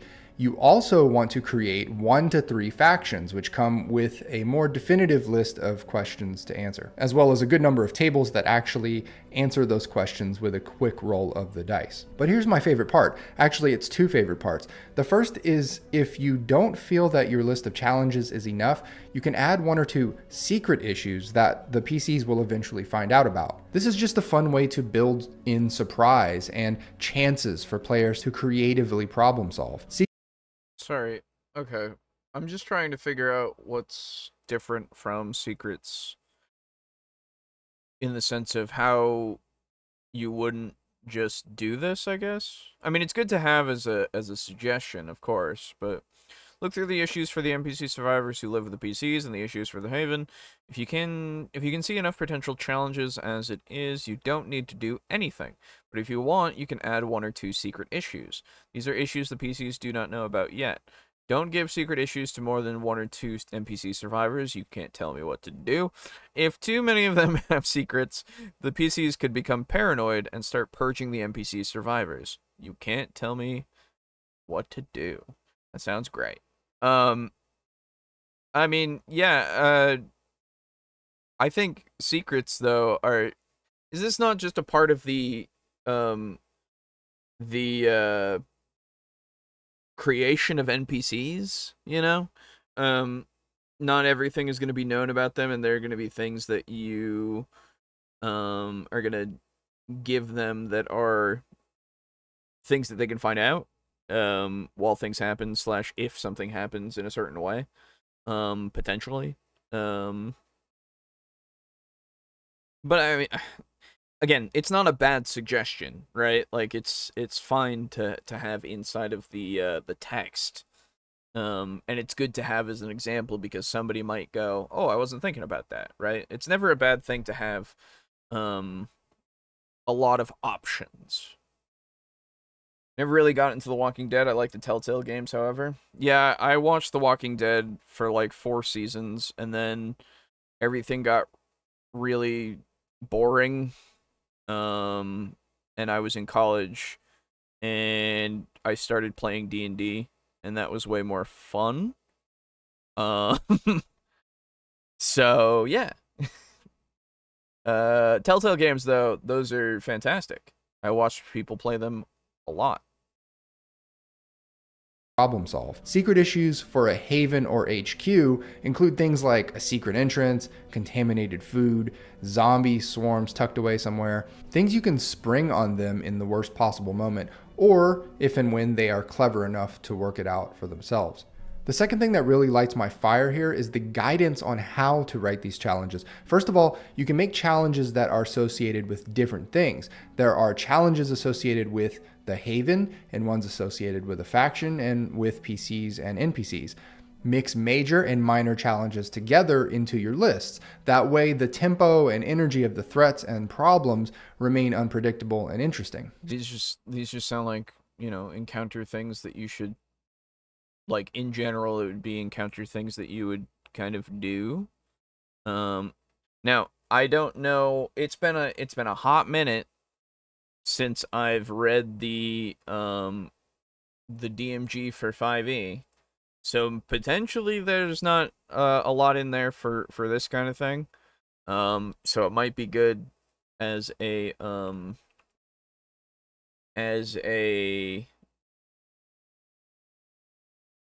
excuse me. It'll be good for, you know, newer GMs, right? But I don't know. You know what? Let me check something then. Since I'm running my mouth without looking. Oh, that's right. I didn't transfer over any of 5e onto this computer. I transferred literally everything else. Never mind.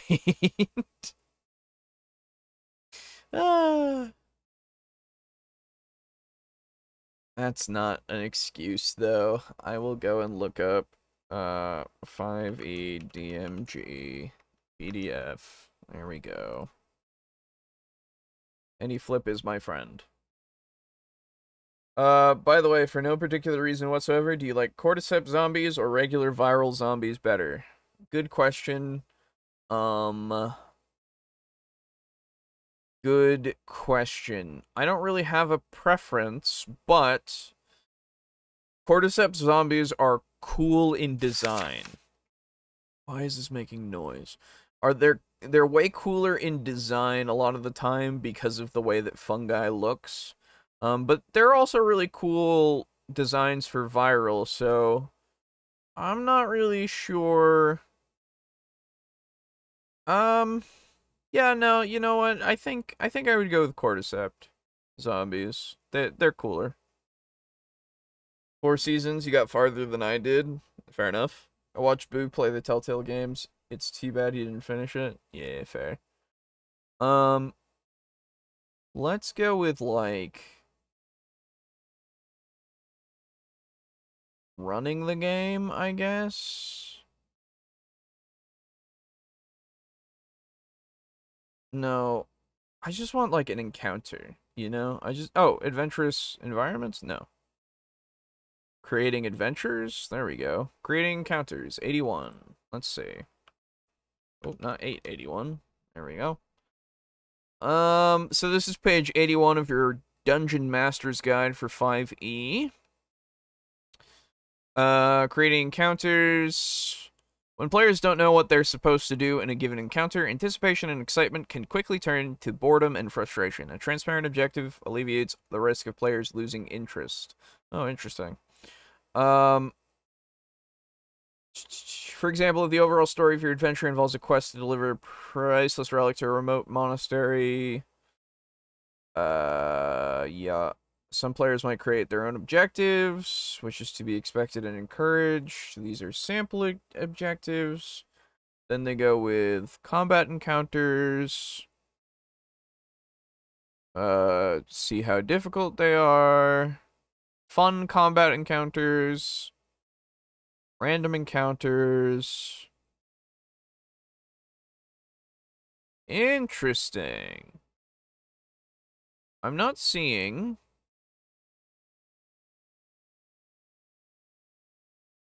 Well, before that, we've got side quests. We've got, what is this? Mysteries, intrigue. It is talking about a bunch of different encounters.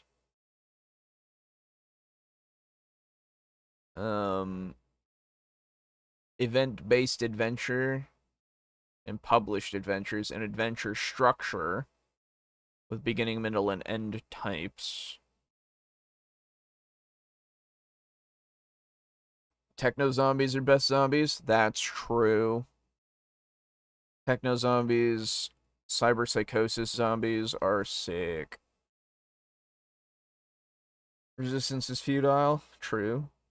If I may rant for a sec, the way popular movies made people think zombies eat brains annoys me. They're not like that in folklore. Yeah, well. Folklore has been thrown to the wayside for a lot of things, so I get you. Hell, they barely reference voodoo anymore and hoodoo, because it would be a little problematic at this point. But that's where some of the folklore is from. So, woo! Yeah, so I'm looking at this and it's telling me stuff about planning the encounters. It's not telling me about anything like it's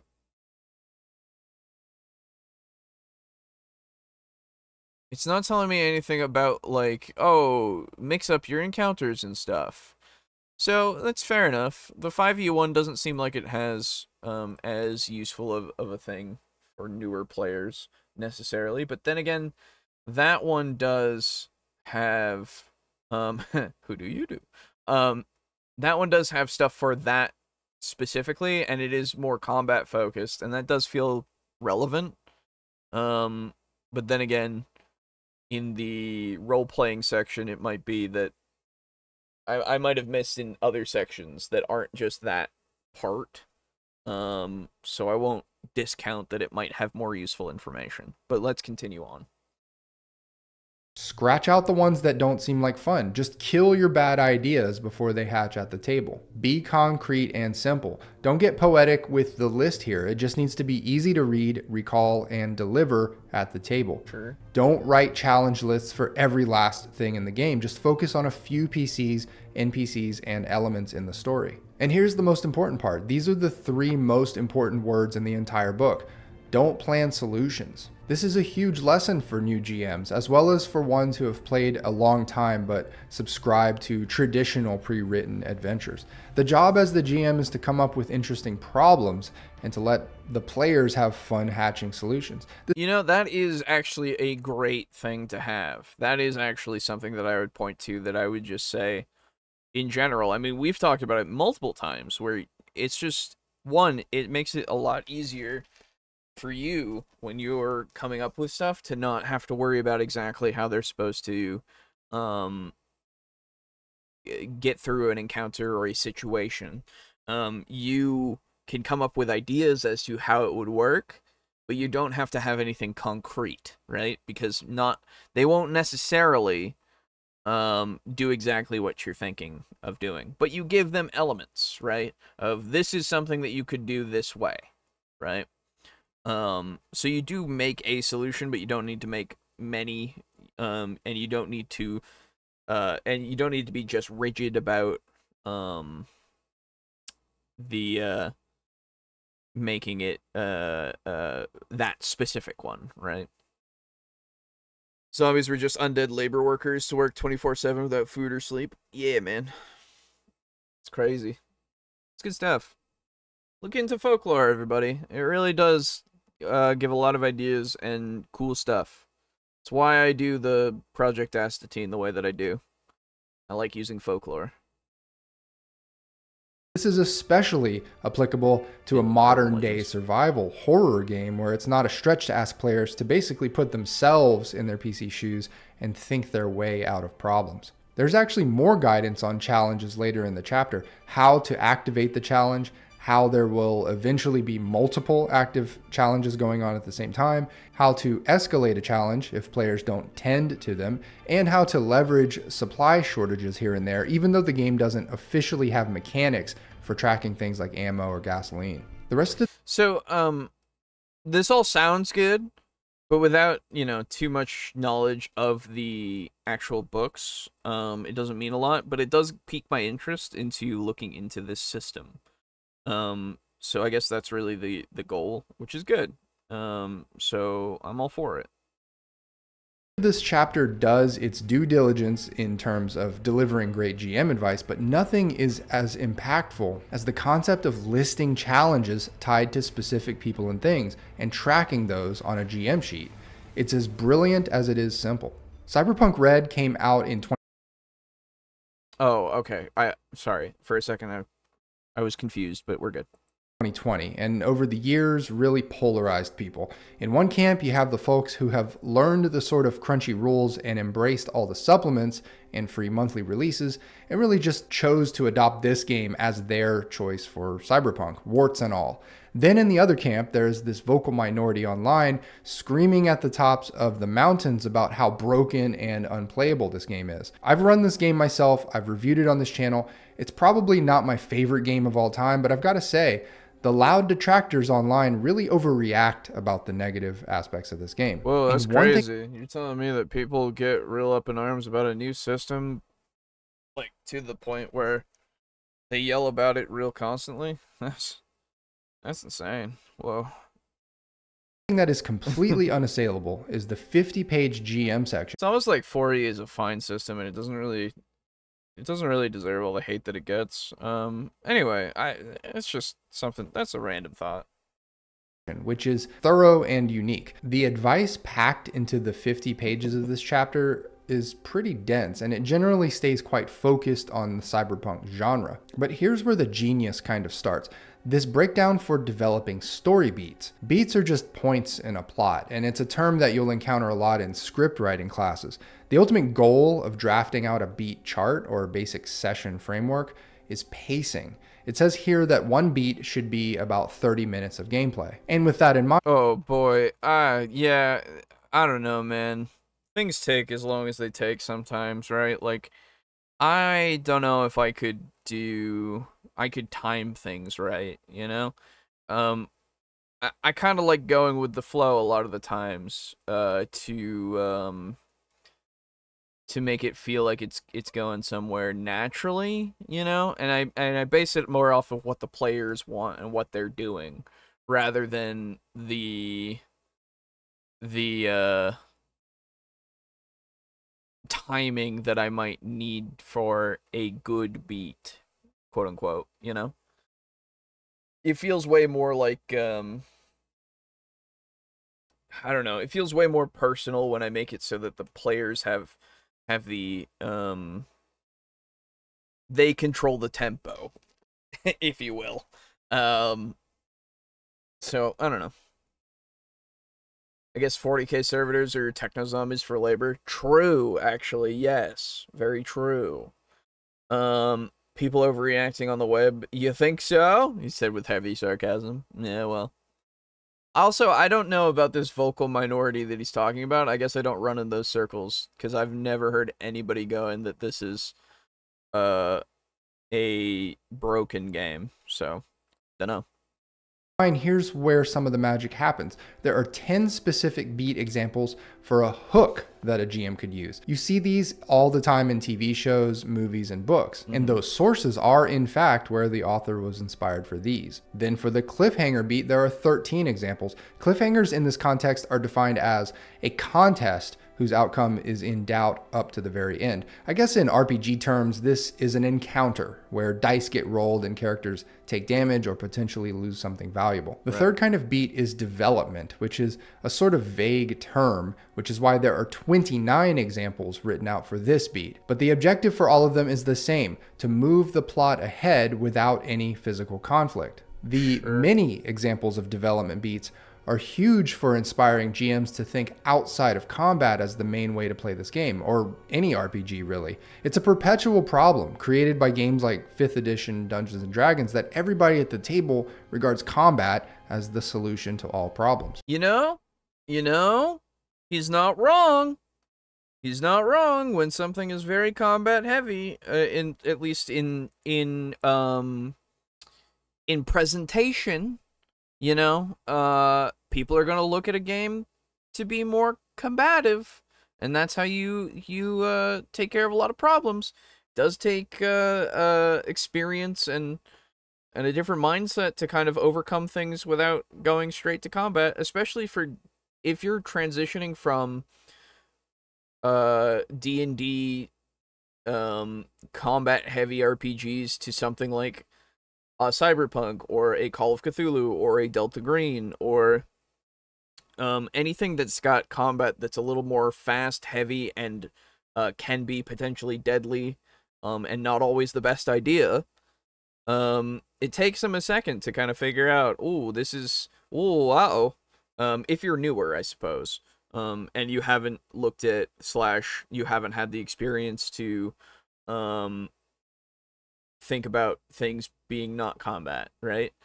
Because, I mean, as somebody who prefers to do things that are not combat a lot of the time, because a lot of stuff can happen outside of combat, and a lot of stuff can happen inside of combat too, obviously, but, like, you can do so much outside of combat, and make it really meaningful when combat happens because of it, right? Few and far between can make it so that it's very impactful. Plus, you get a bunch of, like, people hanging out and talking in character to each other, and it's really fun. So, I don't know. Technically, again, you can do, being in character and stuff in the combat and everything. It's a different beast, It's a different beast. Imagine someone going straight to combat as their immediate solution to problems. Ha ha ha. Next type of beat is the climax, which culminates into either a final battle, final revelation, or final act, or any combination of the three. And finally, there is the resolution beat, of which there are 9 examples. I think you'd have to play a lot of Cyberpunk Red before you started finding beat examples not listed in this chapter, which is to say, this is a very thorough treatment of what beats are and which ones you can use in a game. One peculiar aspect of this game is how character progression works. Instead of earning experience points and then spending them to improve your character, players earn improvement points to eventually spend, and they earn them through fulfilling a playstyle that everyone has agreed upon prior to playing. Everyone decides beforehand if they are warriors, socializers, explorers, or role players. Then they consult a table at the end of each mission to see if they've played the way that they said they'd play. This system is probably not for everyone, but it does accomplish a couple of things. First, it acknowledges playstyles in the first place, which very few RPGs ever do. By merely acknowledging them, everyone at the table becomes more aware of them and can hopefully tailor their own style to be more in sync or at least complementary to everyone else's. The second, yeah, I mean, we're gonna potentially play this system at some point, and it sounds neat. I like this. I like this idea of kind of playing more towards how you play or how you want to play a character, rather than like a class, quote unquote. It's like how I like how Vampire does their experience system, where you can spend it on whatever. It's just experience is one of those things that's a little less, and it's more coveted that way because it doesn't give you it all the time, and things cost incrementally more so that you can keep being a big old spooky vampire. Yeah, always down for an interesting way to develop a character. thing this does is actually codify and enforce people's professed game styles, which is an interesting way to shape the player experience. It's not approaching the experience from the accomplishments of the player characters, but rather through player behavior itself. It's just different and interesting. Mothership was the breakout indie hit. Oh goodness, we got through that one fast. Okay. Leroy would be a socializer in this game. Fair enough. Yeah. Yeah, there's something about the beat system. I like the idea of having examples, right? It gives you good examples for story beats, right? What I'm not 100% cool with, just personally, is that time limit thing. Like, it's good to have a generalized kind of thing so that you can kind of figure out how your pacing is, I guess, and measure it against the standard pacing, which might help you, might hurt you, I don't know, necessarily. I don't know, when we discuss timing of things in these kinds of games, it always seems baffling to me, because I would rather things take as long as they need to take, in terms of the encounters and the dialogue and just everything that's going on, and you know, that's probably because I like taking my time with things, and I like really absorbing content and such, and I like, you know, longer form content as well rather than short form content like the TikTok stuff or the YouTube shorts and all that, right? Like, it's probably mostly due to my personality that it makes it so that it's really hard for me to understand timing myself in certain circumstances. Like, I can understand when things go on too long. That is something that anybody can feel immediately. But I don't know. Regimenting it feels strange to me, I guess. If it's going on for a while and at some point we're all just kind of like, all right, let's go. Then it's like, all right, yeah. Obviously, we all are at this point of like, okay, we need to move on from this, right? But I find myself most of the time spending a lot more time than many people with things that seem like I shouldn't be, just because things need to, I don't know, it just needs to take time more. So I don't get it much, but maybe it's just a failing on my part. I'm not sure.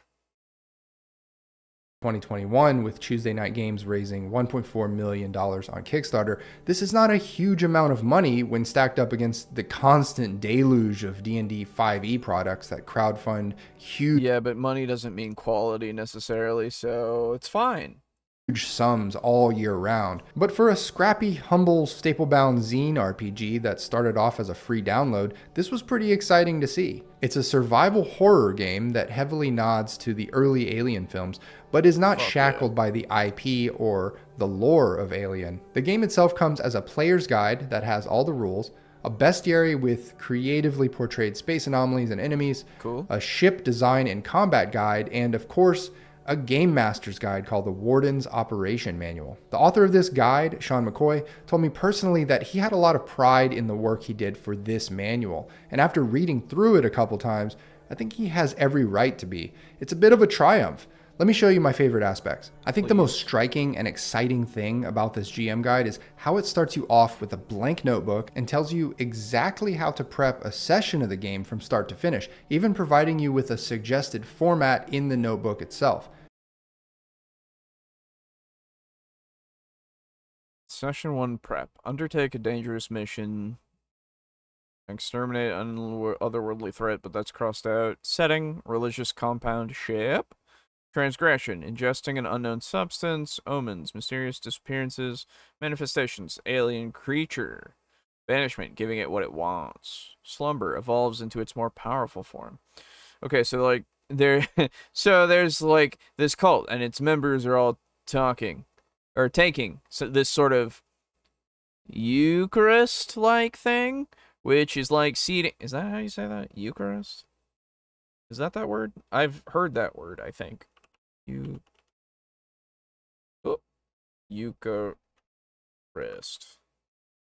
Eucharist. Yes. Cool. Eucharist-like thing, which is like seeding their gut biome with the cells of this alien creature. Basically, when enough of the creature is taken over, they like wander to the chapel and join with the other disappearing members and sort of mutate into this hideous living alien god thing. I don't know. This is just what it sounds like now to me. It's grown powerful, though. The belief of the cult and all the members who have joined its living body, it's got maybe like super psychic powers, and it's functionally invincible. Like, you can't blow it up. It's got psychic shielding or whatever. It wants something like oh, it wants this special child or cut off. Okay. Yeah, that's something. I guess it's I get it's an interesting note-taking style that works as an example, for sure. This might seem a bit patronizing to experienced GMs, but to me it felt like a fresh approach. Well, so it's not necessarily patronizing unless it's literally talking down to me. But this is you are a first timer. Like, you have to put it as a basics for first timers, because this game, first off, might be the first game that anybody has ever played as a TTRPG. So you might as well give them the idea of what they need to do. Like step 2, invite your friends to play. But you know, it's something that read the rule book. Oh, read your fucking rules. Absolutely. 100% go for that. Like, this is fine. You just have to look at it as it was intended. If you were looking at this and it's like, oh, it's talking down to me, I'm an experienced person, what the fuck are you saying, man? Like, you're the one who's putting yourself high and mighty at that point. It's like, right? One that actually walks you through the physical acts that you can take to prep for a game. Step 1 is grab a notebook, write index at the top of page 1 and roster on the last page. Then on page 2, write session 1 prep. For this session, you want to define the scenario type. The booklet has 10 suggestions for scenarios, which will probably cover most sci-fi survival horror situations. And obviously you can combine or modify these to suit your imagination. Where we saw the dozens of story beat details in Cyberpunk Red, here it is distilled down to 5, all based on the horror film genre. The transgression is where the PCs make their initial error, where they incite the horror to come. Omens is the phase where there are hints at the horror to come and where mysteries are introduced for players to solve. Act 3, Manifestation, is where blood starts to get shed and where the horror makes itself known. Act 4, Banishment, is where the GM pits the PCs against the horror in a confrontation. In the particular game of Mothership, this usually means running away or hiding or avoiding combat in any way possible. Act 5, Slumber, is the sort of aftermath phase where things are okay for the time being, but you leave the door open for the horror, or more like it, to return. The game here is distilled into the phrase survive, solve, or save, and each of those is harder than the last. In order to put those words into action, the GM throws obstacles at the players, and there are 5 general categories with examples under each. Note that violent encounters makes up just 1/5 of the total kinds of challenges for players. This is a ratio that I really like to see in RPGs. Yeah, I mean, so do I, but that's just because we're less prone to doing combat stuff, so fair enough. This isn't going to be something for everyone, right? Not sure if Leroy would fit in this game. Fair enough. So stories only can go through those 5 phases. Well, so it's less to do with, like, so those phases cover a whole story, technically, right? It's not that you are specifically and stringently going through those 5 phases necessarily. It is just that the overall story will probably have those 5 phases in some way. And, like, it's not like the story itself isn't going to be, you know, it's only going to be like an hour long because there's only those 5 phases. Don't worry about that or anything like that. It's just to give you that general idea of this is how these stories usually go, right? You have your inciting incident, then you have, what the fuck? Something is happening. That's weird. And then you have the, there's the big alien thing. Like, and then, let's figure out how to get rid of that big alien thing. And then at the end, it's, good thing I hope we got rid of that big alien thing. Hopefully there's nothing else like it that is still on the ship. He used Alien as the example, and it's true. That's basically the movie of Alien, right?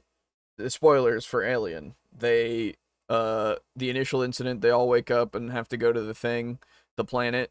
They go to the planet, they take, they look at the planet, and then an egg open, and it gets stuck, the face hugger gets stuck on the doctor's face, and then they take him in, when they weren't supposed to, and then, he's fine.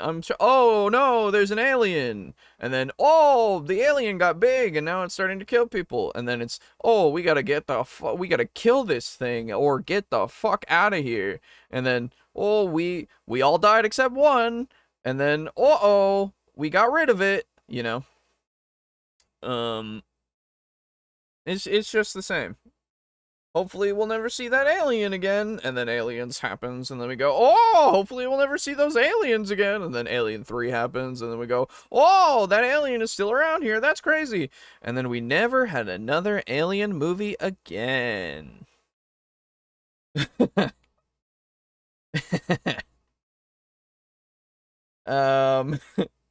Would Boo be the alien with this new avatar? He could be. I mean, I don't know. It's a different kind of horror.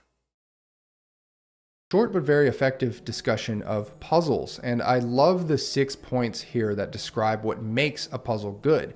Force the players to think in interesting new ways, allow for multiple solutions, give feedback on why an attempted solution didn't work. Don't use an unsolved puzzle to roadblock players' progress entirely. True. Hide the best rewards behind the hardest solutions, and offer clear rewards for solving a puzzle. That is very good stuff for puzzles. That's just the general thing that you should have for puzzles, really. At least xenomorphs are ecologically sustainable. True. Wasn't there more alien movies? Never again. They're coming out with another one soon. I've been alerted by Aiden. This fucker sent me a fucking trailer that I haven't watched yet. I'm sad. But yeah. Never again. There's never been another Alien movie since Alien 3. I promise. Nothing else can hurt you.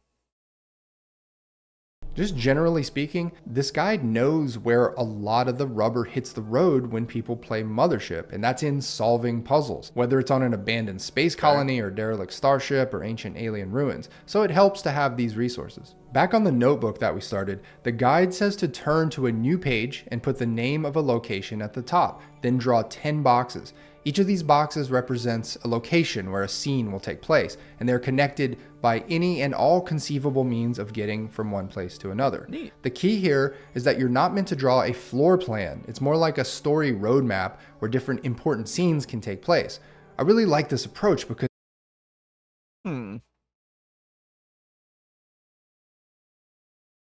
not sure what that means.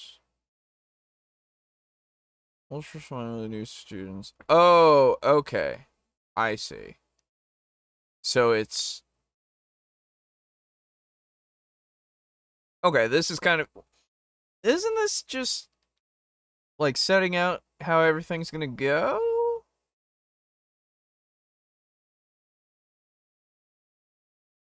Or am I crazy? Oh, no. I guess not. It's just, these are where things will happen. Okay. Not necessarily in a certain order. Okay, I see what you're saying. Didn't the alien fight something? Technically, I think so. I don't know. It fought some fucking fire at some point. It was crazy. They fought some humans. That was crazy. Whoa. The name Prometheus should not give alien lover PTSD, right? No, it shouldn't. But it does. I heard Alien vs. Predator was good. Never saw it, though.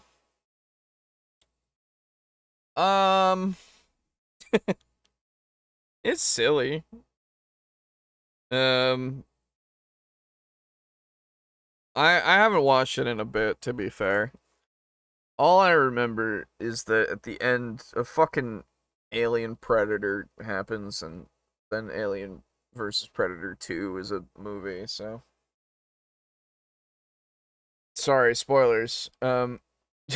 Sorry, that's really mean of me. I didn't even think about that as I was saying it. I'm sorry. It's not actually integral to the plot though, so it's literally a an after credits thing as far as I remember. So don't worry about that. It won't ruin the movie for you. I hope. Because it all but eliminates the problem of players searching empty or insignificant places. Time is short and precious, at least for me, and I don't really want to spend time or watch people spend time investigating locations devoid of significance to the story. Here it is in bold. Focus on the important things and let your players' imaginations fill in the details. As a sort of corollary to that principle, it says, only describe the horror a little at a time, never give them the complete picture. This whole concept doesn't just save a lot of time at the table and take a huge verbal and mental load off the GM, it is a more enticing and inclusive way to run RPGs, where the players are trusted to come up with some of the world that their characters exist in, even if privately or silently. Back to our notebook, you can turn to a new page. Well, yeah, oh, okay, I see. It's less to do with, I thought it was more about the horror itself, which I was going to say, like, with Call of Cthulhu and Delta Green, you don't want to immediately, you know, give away what it is, obviously, but no, it's talking about the world building as well, like, what is the world kind of like? You don't have to, you know, put all of it out there. You can kind of just, have it be a little bit more imagined in some aspects, which is, excuse me, which is true. It's okay, you can't spoil what didn't happen. True. I don't care about spoilers personally. Yeah, no, I just the movie's been out for a good number of years, to be fair. But like at the same time you said you hadn't seen it, so that was why I cared at that moment. Most of the time, if it's something that's like super fucking old, / you're old enough to have had the chance, to have seen it, especially at this point where you can literally just find anything at any time, really. And if you just say, oh, I'm gonna watch that, I haven't watched that yet, but it's like it's gonna be something I'm watching coming up, then I'll be like, oh, okay, I won't spoil anything for you. But if it's something that you're like, yeah, it's been around for a long time, but I've just never, you know, and you know, I'll get around to it at some point, and then it's like, well, at that point you might not remember, so fair enough. And label it with an overall area, which can be the size of a planet or solar system or multi-star cluster. The principle is the same as the location map. Identify the places that the PCs could go in which a scene of significance could play out. Don't describe every planet and moon in a solar system unless they have an impact on the immediate story. This, like, to a degree, I understand this, because especially with something that has to do with space, that's a lot, you know? Like, there's a lot of planets that you can potentially have and stuff. So for that, I'm like, yeah, you don't want to, like, throw 57 planets that 50 of them don't matter, / like, you know, 57 planets and objects in space, right? And 50 of them don't matter. But at the same time, the other part of me is like, but I want to make so many things, you know? So I don't know. It's I want to have this whole world that looks like it's actually a thing, you know, this universe that's actually like living and believable. But especially for something in space, it makes sense to at least have only what you need, really, that makes, you know. I have never seen any of the Alien movies. They just seem kind of meh to me. No, disagree. The first one is phenomenal. It is a great movie. But what if you have an Earth/space science degree and really like making theoretical solar systems? Right? There you go. Exactly. At that point, just go play, what the fuck is that game called? The space simulator game that was a thing for a while. What was it? Space sim game. What was it? It's not Space Sim, right? No, it's something. What the fuck is it? Why can't I remember what that fucking game is? The solar system kind of simulation game. It's a lot of games, true. What the fuck is it called?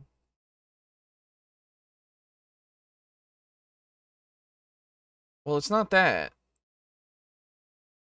What is it? Jesus, I can't remember. Anyway, if I remember it, well, I'll talk about it. This is world building at its finest, and it's done 2 pages at a time in your notebook. Tracking factions should be simple and straightforward as well. The name of the faction, what business they're in, the important NPCs associated with the faction, and any important locations. Then as a story progresses, you can tick off boxes that track one or more of their goals. If you're familiar with Ironsworn or Starforged by Sean Tompkin, both of which I've reviewed on this channel, then you'll find this goals tracking business very familiar. It's extremely intuitive for GMs. Anytime a faction makes headway towards a goal in the fiction, you mark off a box. When the whole row is filled, the goal is completed and one kind of event or condition or another is triggered. Didn't we cover something rather recently that also did this, or am I crazy? I don't remember, but yeah, that's a simple tool, and it's a good one to kind of get in people's minds of just how to keep track of factions or goals in general for anything, you know. Maybe I will watch it for Void Papa. All right, calm down. You don't have to watch more than the first one, to be fair. The second one, Aliens, is good, but it's not a horror movie. If you like horror movies, Alien is great. On the right-hand page here, you can track a simple relational map between multiple factions. The final page of a session in your notebook might look like this, where you jot down some basic information about the session: who played, which new NPCs entered the story, the highlights of what happened, and most importantly, after chatting with your players, a short list of what worked best and what didn't work in everyone's opinion. This is a great... This is, okay. This is the, hey, any comments, questions, or concerns? And everybody goes, no, it's fine. No, it's fine. It was a fine game. Yeah, it was fun. Nothing whatsoever? No, nothing. And then, you know, everybody goes home, and then later on you get a text from each of them going, well, there was this one thing that was like, especially, you know, this. Not me putting farms around all the towns and complex fortifications around all the castles on overworld maps in RPG Maker. There you go. That's right, Shin. World building. Great practice, because no GM in the world can read people's minds. You have to listen to player feedback if you want to be the kind of GM that delivers a great ongoing gaming experience. There is so much that I didn't cover in all 3 of these GM sections in this video, in part because I didn't want to make an hour-long video, but also because I hope that you can support these creators yourself by buying the PDF or print version of the book, rather than watching a complete recap of their content. Absolutely. There's so much to learn from these authors in these I actually really want to get Mothership now. Like, Mothership sounds fucking sick. So, I'm gonna be looking about that in a bit. Constructive criticism is said to be often given, but rarely is. True. True. Chapters, or in the case of Mothership in the booklet, one commonality across all of them here is the practicality of the advice. It's clear that these authors have all extensively played their own game. As much as the advice can be applied generally in a lot of cases, the advice is really tailored to the respective game. And you can just tell when GM advice is written from specific experience as opposed to being copy-pasted from the million run-of-the-mill RPG GM sections out there. I'd love to know your thoughts on the GM approaches, tools, and advice covered in this video, and if these authors have inspired you to be a better GM. This is an interesting question. I don't know if any of you have any experience with this, but I can't think of any GM sections, quote unquote, that are not, like specifically tailored to their games, you know? Like, yeah, everything has some pretty comparable stuff in them, right? At least from my thoughts about them, but I've never thought of any that are specifically, oh, this is like really generic stuff, you know? This is copy pasted and it's in like everything. Like, sure, yeah, they all kind of say the same thing a lot of the time, but these ones have some specifics that are a little, you know, more stand out, or they stand out a bit more. Excuse me, that's what I said before was not a sentence. So, but I can't think of anything that, like, other than the you are the arbiter of the rules, or you are the one who has the ability to change the rules in general. Like, that's the only kind of copy paste quote unquote thing that I can think of. So, I don't know. But that's not like a bad thing. That's something that you should have, you know? So, bleh. Did I miss the cyberpunk part, or did I zone out? I think you zoned out. It was pretty quick, though, to be fair. It was pretty quick. Less in depth. Links for everything are below. Thanks again for watching. See ya. Alright, cool. Oh, Delta Green. Wow. I like that game. Your game's fun.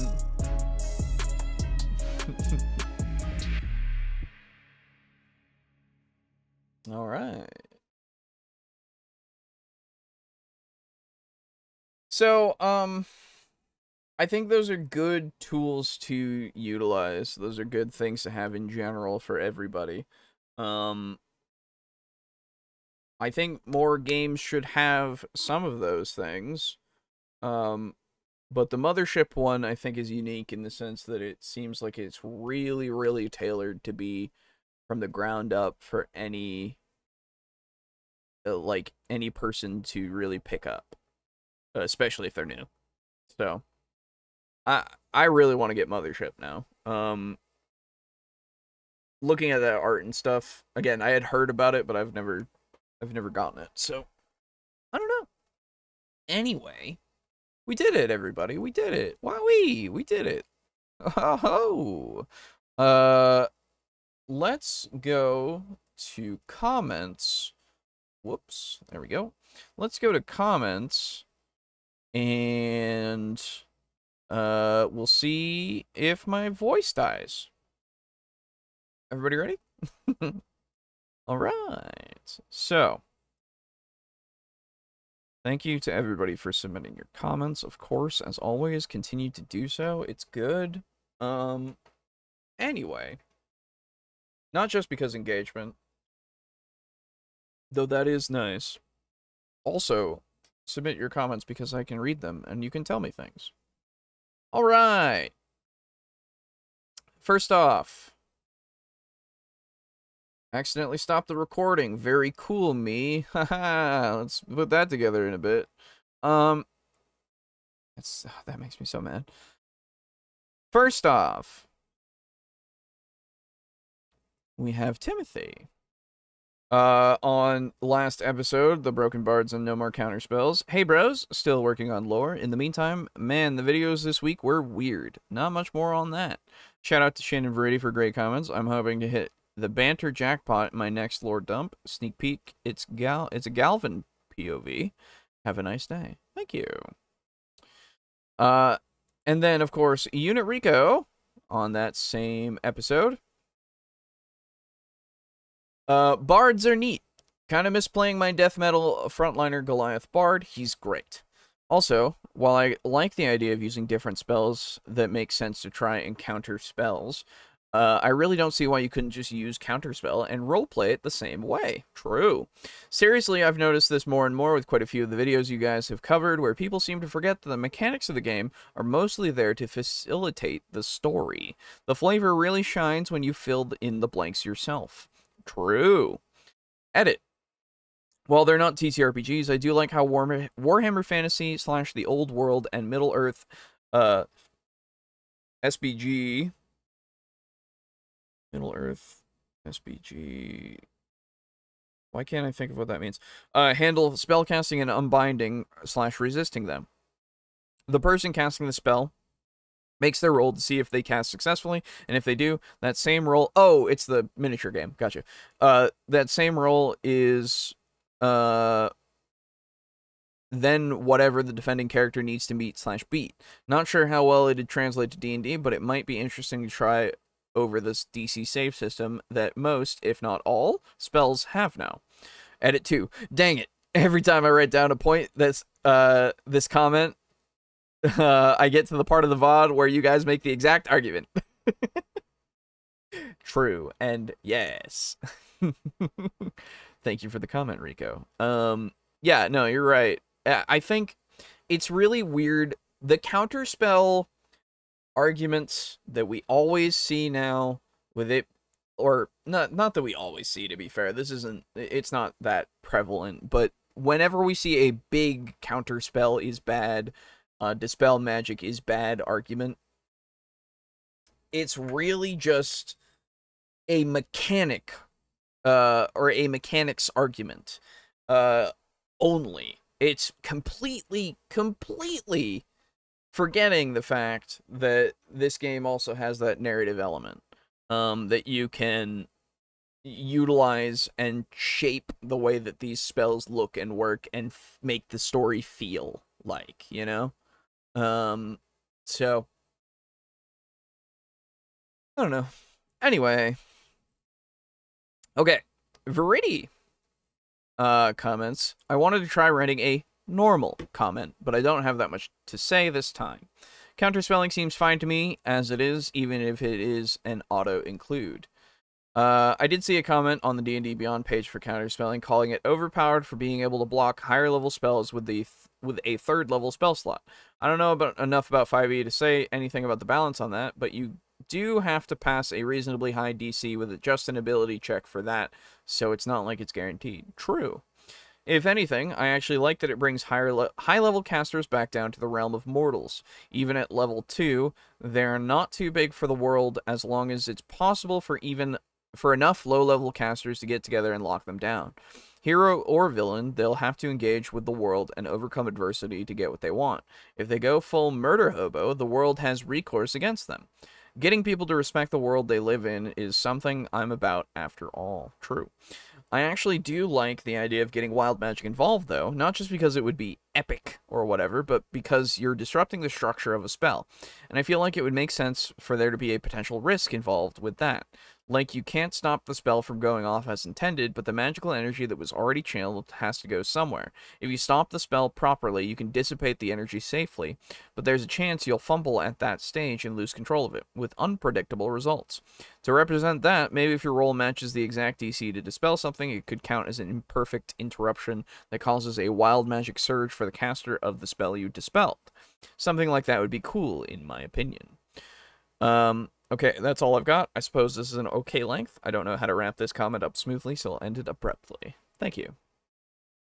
Did I say level 2? Meant level 20. Did I say level 2? No, sorry, even at level 20. I think I might have read that wrong. My bad. But, side note, a working title for the upcoming chapter is Royally Shitfaced. Ooh. I like the idea of wild magic. Here's the thing. if we're going to do something like that, then it would have to be less on... I think matching the exact DC is not the way to go, because that would feel bad for the way that the spell works, right? Because if you're rolling to counter the spell, if you match the DC, you get to counter it. But if you roll under it a certain degree, potentially, you could cause wild magic, potentially. Because the way that my brain views it is you are utilizing the weave, if you will, for 5e. You're utilizing the weave to dissipate that magic back into it, right? You're trying to take that energy and you're trying to counter it with energy from the weave. And if you counter it wrong, then potentially, yeah, wild magic could happen because you've done something incorrectly. How exactly I would do that? Maybe I would do it on nat 1s, and make it so that that would be a fun little thing. If that were to ever happen, that way it wouldn't be something that was so prevalent, because potentially that could cause problems. But I don't know. Not enough wild magic happens, to be fair. So maybe making it more like 1 through 5, because 10 is kind of the base. 11 is really where you're looking for. But anything before that, 1 through 5, 1 through 7, you know, who knows? Could be a weird number. Could potentially cause wild magic, and that would be neat. Anyway, thank you. And then Timothy, you posted lore. Here we go. Hello, bros. New lore. Galvin POV. The day one fights for the tournament had ended. Leroy, Star Ruby, Massimo, and Galvin were walking on the main road. Galvin, who's up for some drinks? Anyone? Leroy, no thanks. After a long day of sitting on a hard, flat marble bench, I need to rest. Star Ruby, yeah, I'm turning in as well. I might have a fight tomorrow if round 1 ends fast enough. Galvin, damn guys, thanks for leaving me out to dry. Massimo, I can go with you. Despite being up for 22 hours, I'm still wide awake. Galvin, that's my bloodsucker. Let's go. Excuse me. Also, that vampire game you were playing sounded cool. It is. Vampire the Masquerade Bloodlines. Look it up. Good game. As the two strolled into the dim light of dusk, Massimo, so where are we going? Galvin, to the Dracolich dungeon, the best place in town. I managed to sell one of my paintings the other day. Got some coins to burn. Shaking a bag of coins. Massimo, sounds good. Galvin, you know, I could buy you a new jester outfit. You've been wearing the same beat-up cloth since I met you. The Demon War happened about a year ago. That is the last time I changed. I didn't have a chance afterwards, being in a coma from a fire venom overdose. But you don't need to spend your money on me. What I need to spend it on, and what I want to spend it on, are two different things, friend. Offer is there if you change your mind. Standing in front of the Dracolich dungeon's glossy onyx walls, Massimo stared at the giant emerald centerpiece above the door. Massimo, this place is gorgeous. I wish a tavern like this was around in my old home. It is really something. The two looked behind them, following the words. Cornell stood there. Massimo quickly dropped to one knee. Cornell, you can stand. Last time I checked, you are not part of my court. Unless you want to be, that is, the dragon said with a smile. Galvin, if you don't mind me asking, your kingness, shouldn't Leroy's sister be with you? Cornell, my dear Veronica has some business to attend to. She'll be around later on. What a stroke of luck running into you. Now I don't have to celebrate my first victory alone. Where is that new brother-in-law of mine? I would love to get to know him better. Galvin, Leroy boy isn't with us right now because he peaked at 27 and had to sleep. Cornell, oh, such a shame. Anyways, shall we enter? Galvin, after you, your royal pinkness. Cornell, you have an interesting vocabulary. Galvin, right? Galvin, sure is, and that is Massimo. Cornell. Oh, yes, the one I gave the blood to. Was it to your liking? Massimo. Yes, sir. Very much so. As the three walked into the bar, Cornell, these high ceilings are amazing. Not needing to change my form is certainly ideal. The bartender walked up. Darby, the half-dragon. Upon seeing Darby, Cornell's body language changed slightly. Darby, what may I fetch you? His voice cracking a bit. What may I fetch you? Galvin, yes, I would like... Cornell, a private room, please. My treat. Aged ale, red and white wine, steak, lobster, and fried boar heads. No limit on any of it. Darby, yes, sir. Anything else? Cornell, indeed. Mint fudge cake. Darby, very good, sir. All will come shortly. Please take private room 5. Cornell, fantastic. If Queen Veronica comes, tell her what room we are in. Oh, my first thought was to use a percentile to decide whether the wild magic search happened, but I felt weird about having a percentile roll twice in a row. Yeah, first roll to see what whether it happened, second to see what happened. Yes, yeah, that doesn't feel right necessarily. But I get the idea. Galvin, damn, dude, you know how to party. Cornell, a true warrior fights hard parties. Oh, a true warrior fights hard, parties harder. Massimo, your kindness is humbling, your highness. Galvin, hell yeah. I'm gonna like this guy, slapping Cornell on the arm and running into the room. Cornell, it's nothing. Just make sure you keep up with me. Sitting on green velvet chairs, the first round of drinks and food came in. Darby, enjoy. Galvin, will do. Grabbing a mug of ale. Cornell, it's been so long since I had good boar's head. My lands have so few of them. Eating half a boar's head in one bite. The bones snapping between his teeth. I didn't realize that was a different part of the thing. But, Galvin, this lobster is so tender. Cornell, so tell me, how do you know Leroy? Massimo, he brought me back from my coma in Steelwood. And took me under his wing, I suppose. Galvin, and I met Leroy when he helped me catch my runaway pony. He's a good guy. A little grumpy sometimes. Cornell, a coma from what? Massimo, a bunch of this. Pulling a bottle of fire venom from his pocket, sliding it across the table. Cornell, ah, fire venom, I see. Undead often drink this. I should have guessed. I heard it helps them finally feel something. The pain does have a special soothing effect, doesn't it? I learned about it when I was a wormling. Most living beings die from it. Let me guess, Leroy makes it for you.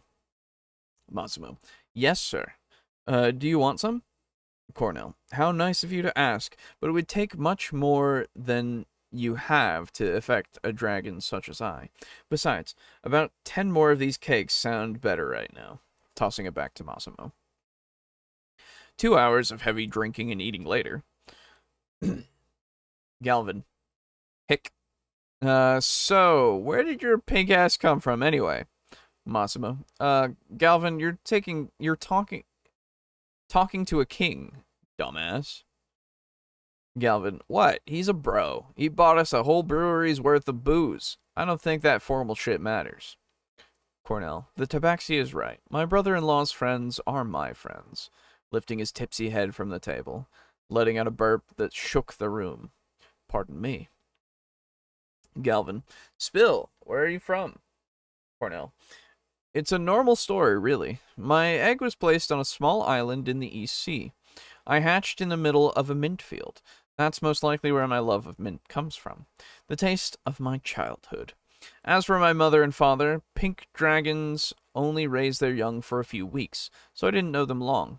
From a very young age, I dreamed of holding the universe in my hands, and most of my life has been working towards that goal. Galvin, whoa, big dreams you got there, as he stumbled across the room to pee in a potted plant. Darby then walked in to check on things. Darby, how are things going? What the fuck are you doing, Tabaxi? You better pay for that. Galvin, hick, how much? Hick.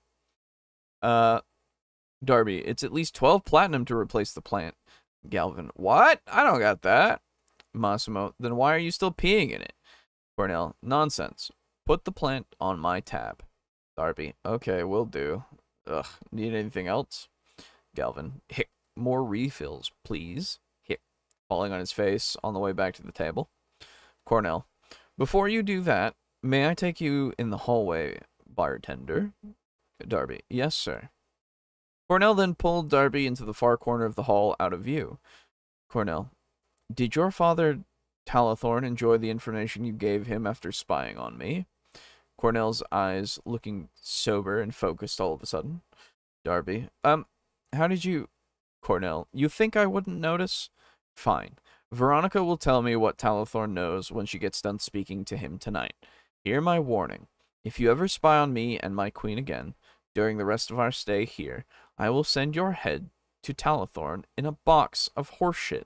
Not like there's much of a difference between the two. Understand? Darby nodded. Cornell, good. Quick with the ale. My friends are waiting. As Cornell went back to the room, well, that's all I've got. Have a nice day. Thank you. And thank you for the comment. Foreshadowing, indeed. All right. Well, that's it, everybody. We did it. Oh, boy. I've just realized that this window doesn't cover the whole window anymore. For the comments and shill shit. So let me just stretch that out just a little bit here. There we go. And we'll then center it a bit better. Alright. So thank you for all the comments. And now for me to shill some more. Wowie zowie. So, first off, a big thank you will go out to our table flippers over on Patreon. Because of you guys, we are able to afford to do things more extravagant, like getting new art and affording music and other things. So big thank you to all of you, of course, for all of your generosity. And if you would like to join, you can join either the Patreon or the Ko-fi that I will update the banners for. And join for as little as $1 a month if you would like to. You get the same benefits either way. But a big thank you, of course, goes out to Draco Kraken, Rick, aka Unit Rico, and Steely for their tier 4 flipping that they've been doing for years at this point. Thank you so much. And of course, a thank you to Crimson Rose Armok, aka Shin, for those tier 2 flips. And a thank you goes out to our tier 1 contributors for their tier 1 flipping. Big thank you again goes to all of you for helping us out.